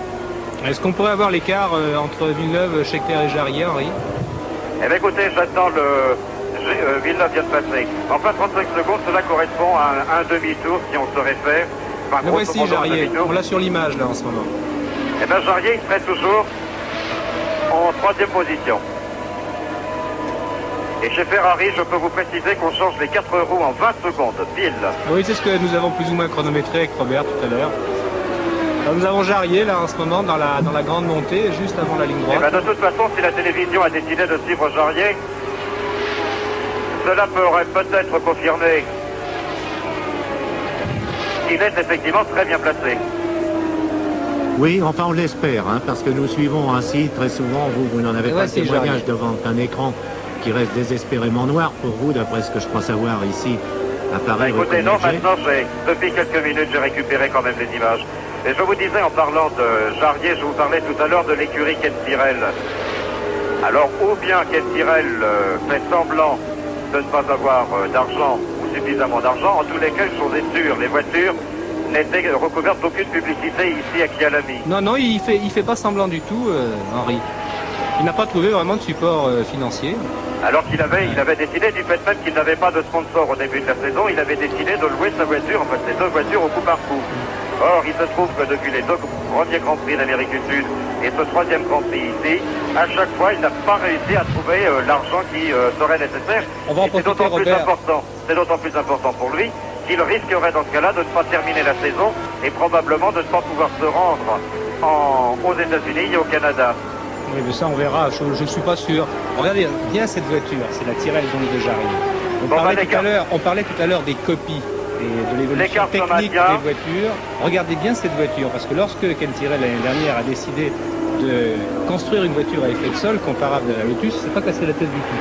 Il a complètement décalqué la Lotus, c'est-à-dire que trait pour trait, de quelque côté que vous regardez une Tyrrell, c'est une Lotus 79. Les autres, par exemple, Ligier, McLaren, ont essayé d'innover, de trouver des solutions originales, pas du tout. Ken Tyrrell, cette voiture-là, c'est une copie fidèle. Vous prenez le dessin, le calque d'une Tyrrell, vous la mettez, c'est une Lotus. C'est pas beau de copier comme ça sur le voisin. On se fait sortir d'un collège pour moins que ça, demander à Thierry Roland. Mais de toute façon, vous avez raison, François Janin, quand vous dites que la Tyrrell est effectivement une copie de Lotus. Mais là, où il est curieux, on se souvient que l'an dernier, par exemple, il y a eu un procès entre Arrows et Shadow, au point que les voitures se ressemblaient tellement qu'elles avaient été surnommées les Charros. C'est pas ça, Henri, c'est que c'était le même ingénieur qui avait dessiné la première voiture, qui avait dessiné la deuxième voiture, après avoir été remercié par le premier constructeur. Alors c'était pas un problème de copie, c'était un problème, si vous voulez, de manœuvre plus ou moins discutable d'un même ingénieur qui avait vendu 2 fois le même dessin. Oui, mais Bodigal est moins mauvaise langue que vous, il ne révèle pas tous les secrets du monde automobile, les secrets qui sont d'ailleurs connus. Dans tous les cas, l'écart entre Gilles Villeneuve et Jean-Pierre Jarier serait de 46 secondes, c'est-à-dire il y a 35 secondes entre les deux Ferrari et Scheckter aurait 11 secondes d'avance sur Jean-Pierre Jarier. Et il reste actuellement 18 tours à parcourir.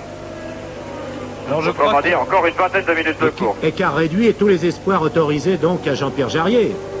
Ah ben, en tous les cas, pour la seconde place, oui, incontestablement. Bon, Henri, si on part de l'hypothèse que cet écart est bon, et je sais dans quelle difficulté vous travaillez, à Kyalami, donc on part dans l'hypothèse que cet écart de 11 secondes est bon, ce qu'on pourrait essayer de faire, c'est de bien voir si l'écart augmente ou au contraire diminue, pour apprécier les chances qu'a Jarier de rejoindre Scheckter, voire de le dépasser d'ici la fin du Grand Prix. Ben, écoutez, là, je viens de repointer, à nouveau Gilles Villeneuve. Alors je n'ai plus qu'à attendre le passage maintenant de Johnny Scheckter. D'accord, et de Jarier, hein. Et de Jarier. Et René Arnoux, de toute façon, René Arnoux serait un peu descendu au classement. Mais Jarier, on me confirme qu'il est bien 3e devant Andretti, Reutemann, les deux coéquipiers de chez Lotus, donc, qui sont maintenant 5e et 6e. 30 secondes entre Villeneuve et Johnny Scheckter. Une fumée ici à l'écran, qu'est-ce qui se passe? Vous me direz que vous n'en savez pas plus que moi puisque vous êtes vous aussi dans votre tribune Eurovision ou Mondovision. Mais enfin... écoutez, tout d'abord, je vous précise, c'est juste à l'entrée finalement de la ligne droite, mais dans la partie du freinage. Mais je ne vois pas d'où je suis, de toute façon, j'ai juste la tour de contrôle dans l'axe. C'est décidément pas de chance. En tous les cas, les écarts, effectivement, ont sensiblement fondu entre Villeneuve et Scheckter, 30 secondes seulement, et 40 secondes avec Jean-Pierre Jarier. Entre Villeneuve et Jarier.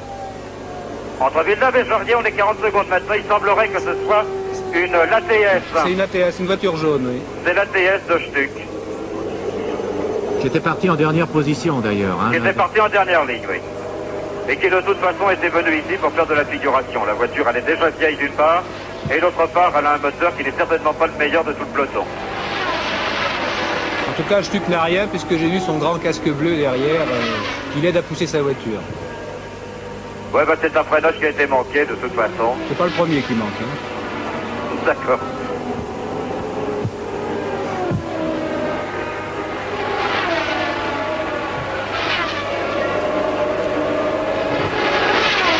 Les écarts Scheckter, Villeneuve, Jarier, est-ce qu'ils se resserrent au profit de Jarier ou au contraire? J'attends le passage de Villeneuve, là, à nouveau. Alors, Henri, si l'on en croit toujours là, les temps que vous nous communiquez, les écarts, donc, comme le dit Robert, se resserraient entre Scheckter et Jarier. C'est-à-dire que Jarier pourrait revenir sur Scheckter. Et si Scheckter a réussi en 2 tours à reprendre 5 secondes à Villeneuve, on peut même penser que Scheckter pourrait revenir sur son coéquipier Villeneuve. Eh bien écoutez, de toute façon, en l'espace de 2 tours, Villeneuve a perdu 5 secondes au double bénéfice de Scheckter et Jarier. On a sur l'image la Fittipaldi, la Cooper-Soucar. Et c'est Emerson Fittipaldi, oui, je voulais vous le dire. Emerson Fittipaldi qui vient de rentrer au stand. C'est une curieuse voiture, comme vous pouvez peut-être le voir, les pontons qui assurent la carrosserie, les phénomènes de carrosserie déportante prennent naissance bien loin derrière les roues avant, contrairement au Lotus Olivier. Mais c'est dommage, on n'aura pas eu le temps de la voir. Oui, non, mais vous n'êtes pas en rapport direct avec le réalisateur sud-africain, qui, je dois le dire d'ailleurs, ne réalise pas tous les souhaits que vous exprimez, François. Bon, eh bien, il n'y aurait plus que 25 secondes maintenant entre les deux Ferrari. Alors la question est de savoir, bien entendu, si c'est Villeneuve qui perd du terrain ou si c'est Scheckter qui revient très fort. Enfin, tout de même, ça fait beaucoup de secondes en même temps.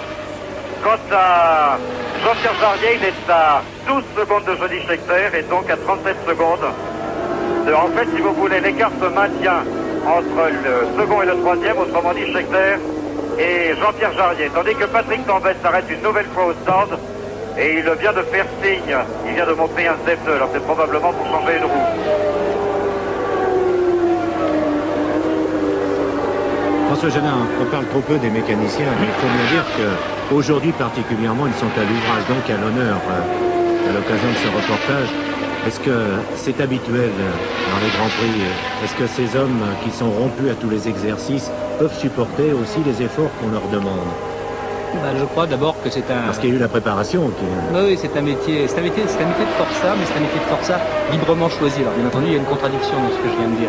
Mais c'est vraiment les équipes de mécaniciens de course, en Formule 1 surtout, sont des équipes d'une telle compétence et qui travaillent tellement qu'on est tout à fait frappé d'admiration lorsqu'on est appelé à les côtoyer. Je sais par exemple qu'entre expédier les caisses, les boîtes de vitesse, les moteurs, remonter les voitures après chaque Grand Prix, prendre l'avion, les décharger, veiller à ce que tout soit en bon état, faire les papiers de douane, c'est pas facile dans tous les pays du monde, arriver sur le circuit, mettre les voitures en état, changer les moteurs, les boîtes, écouter quelquefois d'une oreille attentive ce que disent les pilotes alors que l'on sait que parfois ils se trompent et que ce qu'ils ont demandé. Voilà un tête à queue. Un tête à queue, Henri. C'est un tête à queue. Williams. Oui, c'est une Williams. c'est un tête à queue D'une des deux Williams de la course. C'est une des deux Williams de toute façon. Il me semble que c'était... Ah non, il va bien la passer. Non, il la voit, non, il n'y a aucun problème. Il me semble que c'était Claire Regazzoni. Hein. Voilà. Notre ami suisse, Regazzoni, dans un tête à de queue. toute façon, à l'heure actuelle, Jean-Pierre Jarier, au moment même d'ailleurs où John Watson sur Marlboro s'arrête à nouveau au stand, tandis que Patrick Tambay vient de repartir, eh bien Jean-Pierre Jarier semblerait perdre un peu de terrain sur Johnny Scheckter. En revanche, le dernier écart que j'ai est de 23 secondes. Autrement dit, Johnny Scheckter revient sur Jarier. Sur Villeneuve, pardon, sur son coéquipier. Et pendant ce temps, les hommes de piste qui tentent de dégager cette piste, parce que... Ils font pas beaucoup d'efforts, là, il me semble. Oui, mais enfin, les